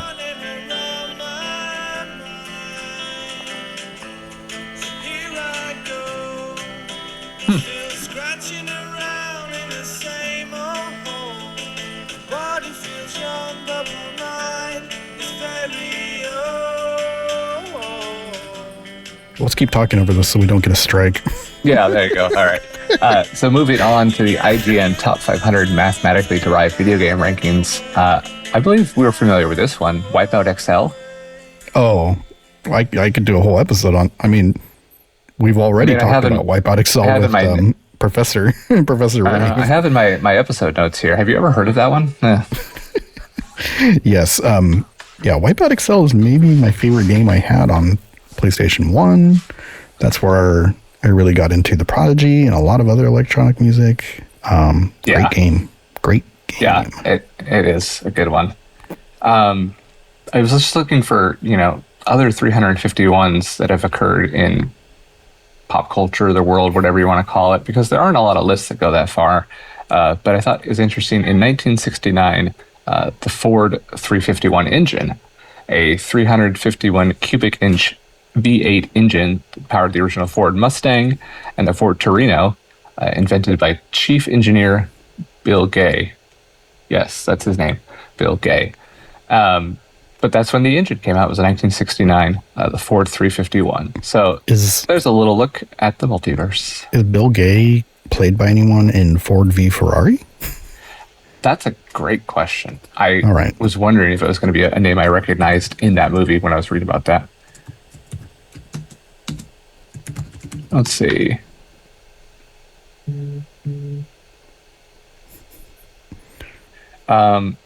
So there is a line where one of them, it looks like Christian Bale's character, Yeah, he's in that, isn't he? I feel like this is I feel like there was there's the F1 movie, and then there's this, and then there's one or two other racing movies, and I feel like I only watched Ford v Ferrari. The newer, both are good. I mean, they're all really good, actually. I mean, I don't watch racing, and I don't think you do either, but these movies are really good. Yeah. Rush is one of my favorite movies ever. Oh, that's a good one. The Ron Howard one with Hemsworth and the handsome Nazi from Daniel Bruhl. Yeah. Yeah, that movie's that's one of those dad movies, It's not real flashy. It's just pretty solid. It's just good. It's about a nerdy subject, but goddamn, everybody, it's made well. Everybody in it's really good. I'm going to tell you right now, though, I think I'm going to abandon the search for Bill Gay and Ford versus Ferrari, because the first result on my search engine was every Matt Damon movie ranked by how gay he is in them.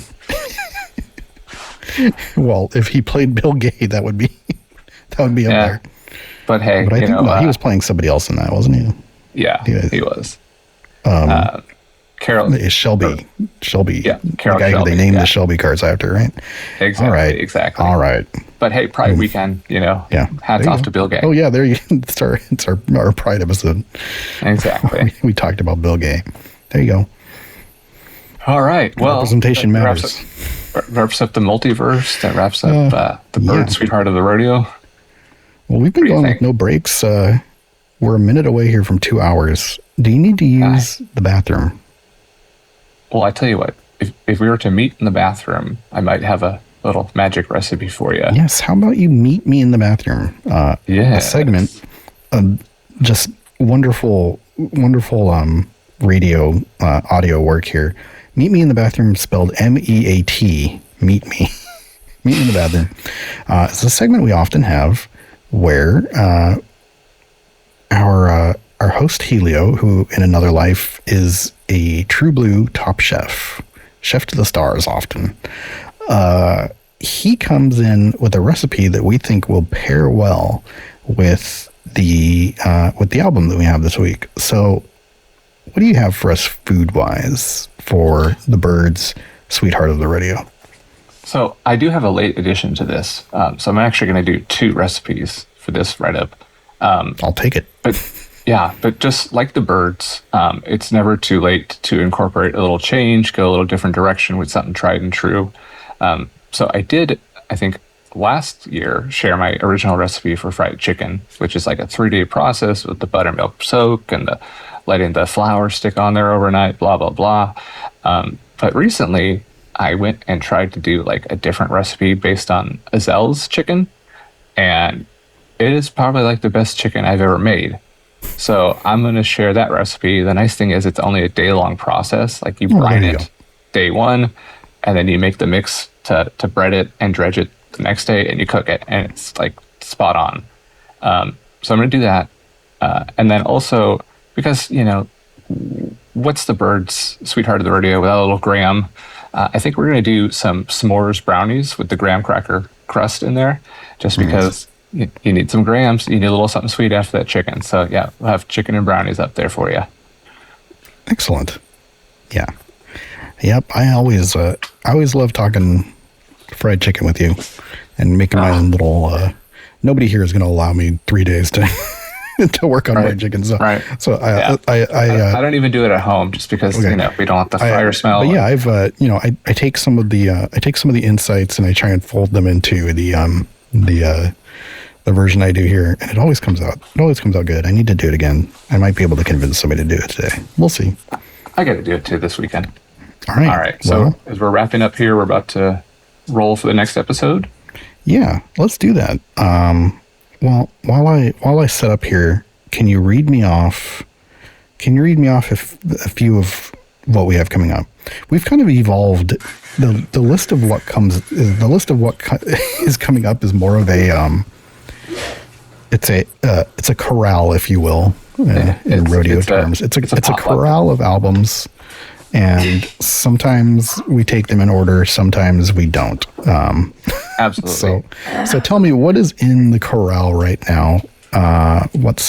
We mentioned Joni Mitchell's Blue is supposed to be coming up next. An album that I've listened to a lot. In that in the time not doing an episode on it. Right. And I like it a lot. But let me know what else is in there. These 2 there's a couple I need to still check out. Smother is the album by Wild Beasts. I listened to that a little bit. Primary Colors by a group called The Horrors. This one, I think, maybe I don't know it super well, but I know it well enough. Surfer Rosa by the Pixies. Mm-hmm. And then Up the Bracket by the Libertines. Yeah, we got a lot of what did that one article call that? All the like UK post strokes indie. Yeah, exactly. Like the post. It was a mean name, but it was kind of, the article was looking back on it fondly. I don't remember if they called it like, it was like garbage indie or disposable. Yeah. Shovelware indie, who knows? Yeah, but I think a lot of that in there. I mean, I don't know because I don't really know them, but it sounds like a few of those in there are going to be of that ilk. Anyways, I am setting up for a new spin to grab a new album to add to our list there. I am once again assuring the audience that I am spinning 1 through 500, not 1 through 100 as I did one time. In another part of the world. And you may find yourself, by the way, as many Americans do, behind the wheel of a large automobile.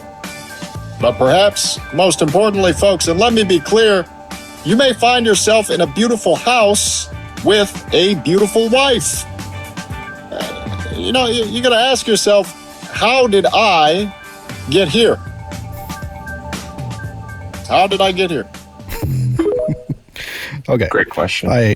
I'm glad you included the second. Sometimes we cut it off before he gets to the second. How did I get here? How did I get here? It really puts a bow on the whole thing. Yeah. Okay. I'm hitting stop now. Stop. All right. Well, we're not traveling too far. Number 328. 328. I will begin scrolling towards it, but if you could pull it up and maybe. All right. You're making a face. Is there a way you can describe this to me that I may be able to? I might be able to figure it out. We say 328, 328. You're going to be humming and hawing until I get to the last 3 words of the description. I'll tell you that. Oh, okay. And that's going to tell you everything you need to know. All right. This is a 2002 album from Warner Brother Records. Their biggest commercial hit, Blank, found ringleader Wayne Coyne confronting mortality, melancholy, and alien robot invasions. Oh, well, I mean, you said Wayne Coyne. Wayne Coyne in 2002, that's Yoshimi Battles of the Pink Robots? It sure is. Yeah. Hey, all right. Yeah, that's a very good album. I'm glad to have that in the future there. Yeah, that's a good one. I recall really, really loving like 2 or 3 tracks on there. Yeah. That's how I've always felt about it. Like, I was going to put it on to listen to the whole thing, and it's like, I just get to the ones I like. Yeah. But I think this will force me to kind of dig in a little more. Yeah. Okay. I will travel towards number 1. You travel towards 500 and tell me if you see anything good in there. Immediately, the album right before it, 327, is Beck's Mutations, which I feel like is a pretty underrated release of his. Is The Avalanches Since I Left You. Oh, shit. Yeah. MC5, Kick Out the Jams. 331, 329, David Bowie Heroes. Okay. Beck up at 325, Sea Change. 323, Miles Davis's Bitches Brew. Ooh. 337, The Grey Album, Danger Mouse. Oh, yep. There's going to be some reworking of our own going on when we do that one, if I recall correctly, as part of the negotiations of the tournament. LCD Sound System shows up at 322 with the follow-up album to the one that we did an episode on, the album called This Is Happening. That was the last album before their farewell concert, their quote-unquote farewell concert. Gram Parsons, The Grievous Angel, shows up at 317. Yeah, I was going to say, we got some familiar territory here. 339, Pearl Jam's 10. 341, Closing Time, Tom Waits, episodes we've done. 309, Metallica's Black Album. Oh. Boy, they're really bunching up all the Beck albums here, because at 307 is Midnight Vultures. Midnight Vultures, I see that, yeah. Interesting. 302, Daft Punk's Homework, which I have a note here that says should be higher, but I can't wait until we land on some Daft Punk. Well, and then I guess just to go back on the what's in the chamber type thing, we also still have our 501 episodes to knock out too. Yeah. So, Tom Petty, Full Moon Fever, Peter Gabriel's So, Carr's self-titled debut album, and Opeth's Blackwater Park. Yeah. It's always shocking hearing what got through there when I'm trying to remember what could have got through, but that is a good list. It is. It's a diverse list at that too. So yeah, we'll surprise you with whatever we have next time. Yeah. Well, shit. We did it. We did it. After a big long break, we came back and like knocked the shit out of one. I'm proud of it, and it feels good. Yeah, I mean, I think with that, the cause for some celebrating music. Here we go.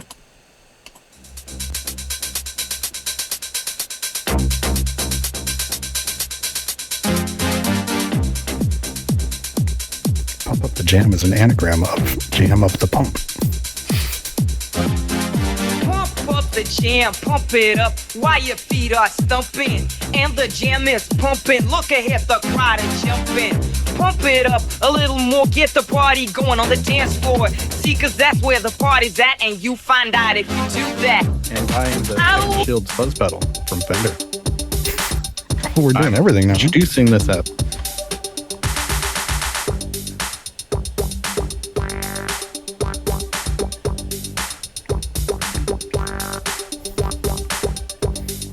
I was there. I'm looking at one of the Snape said no Think thank you on Earth to Pump Up the Jam segues, and one of the subtitles says, "This song was played 5 times in a row at the funeral of director Stanley Kubrick." Frank Sinatra's In the Wee Small Hours to the Rock. I hope that's true. I really do. I don't think it is. Introducing this app. I'm introducing this app to the listeners who somehow made the episode.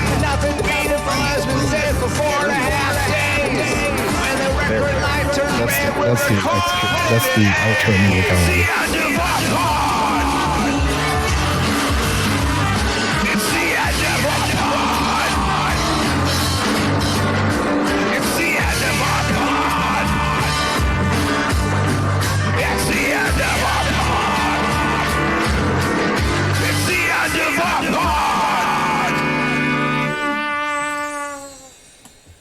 All right. Until next time. Adios, and thanks for listening. What did they say on Nothing Was Delivered? Nothing's better, nothing's best. Take care of yourself and get plenty of rest. Can you just pack up your money and pick up your tent already? Watch out, Dylan's gonna get you. Oh yeah. I don't even remember what the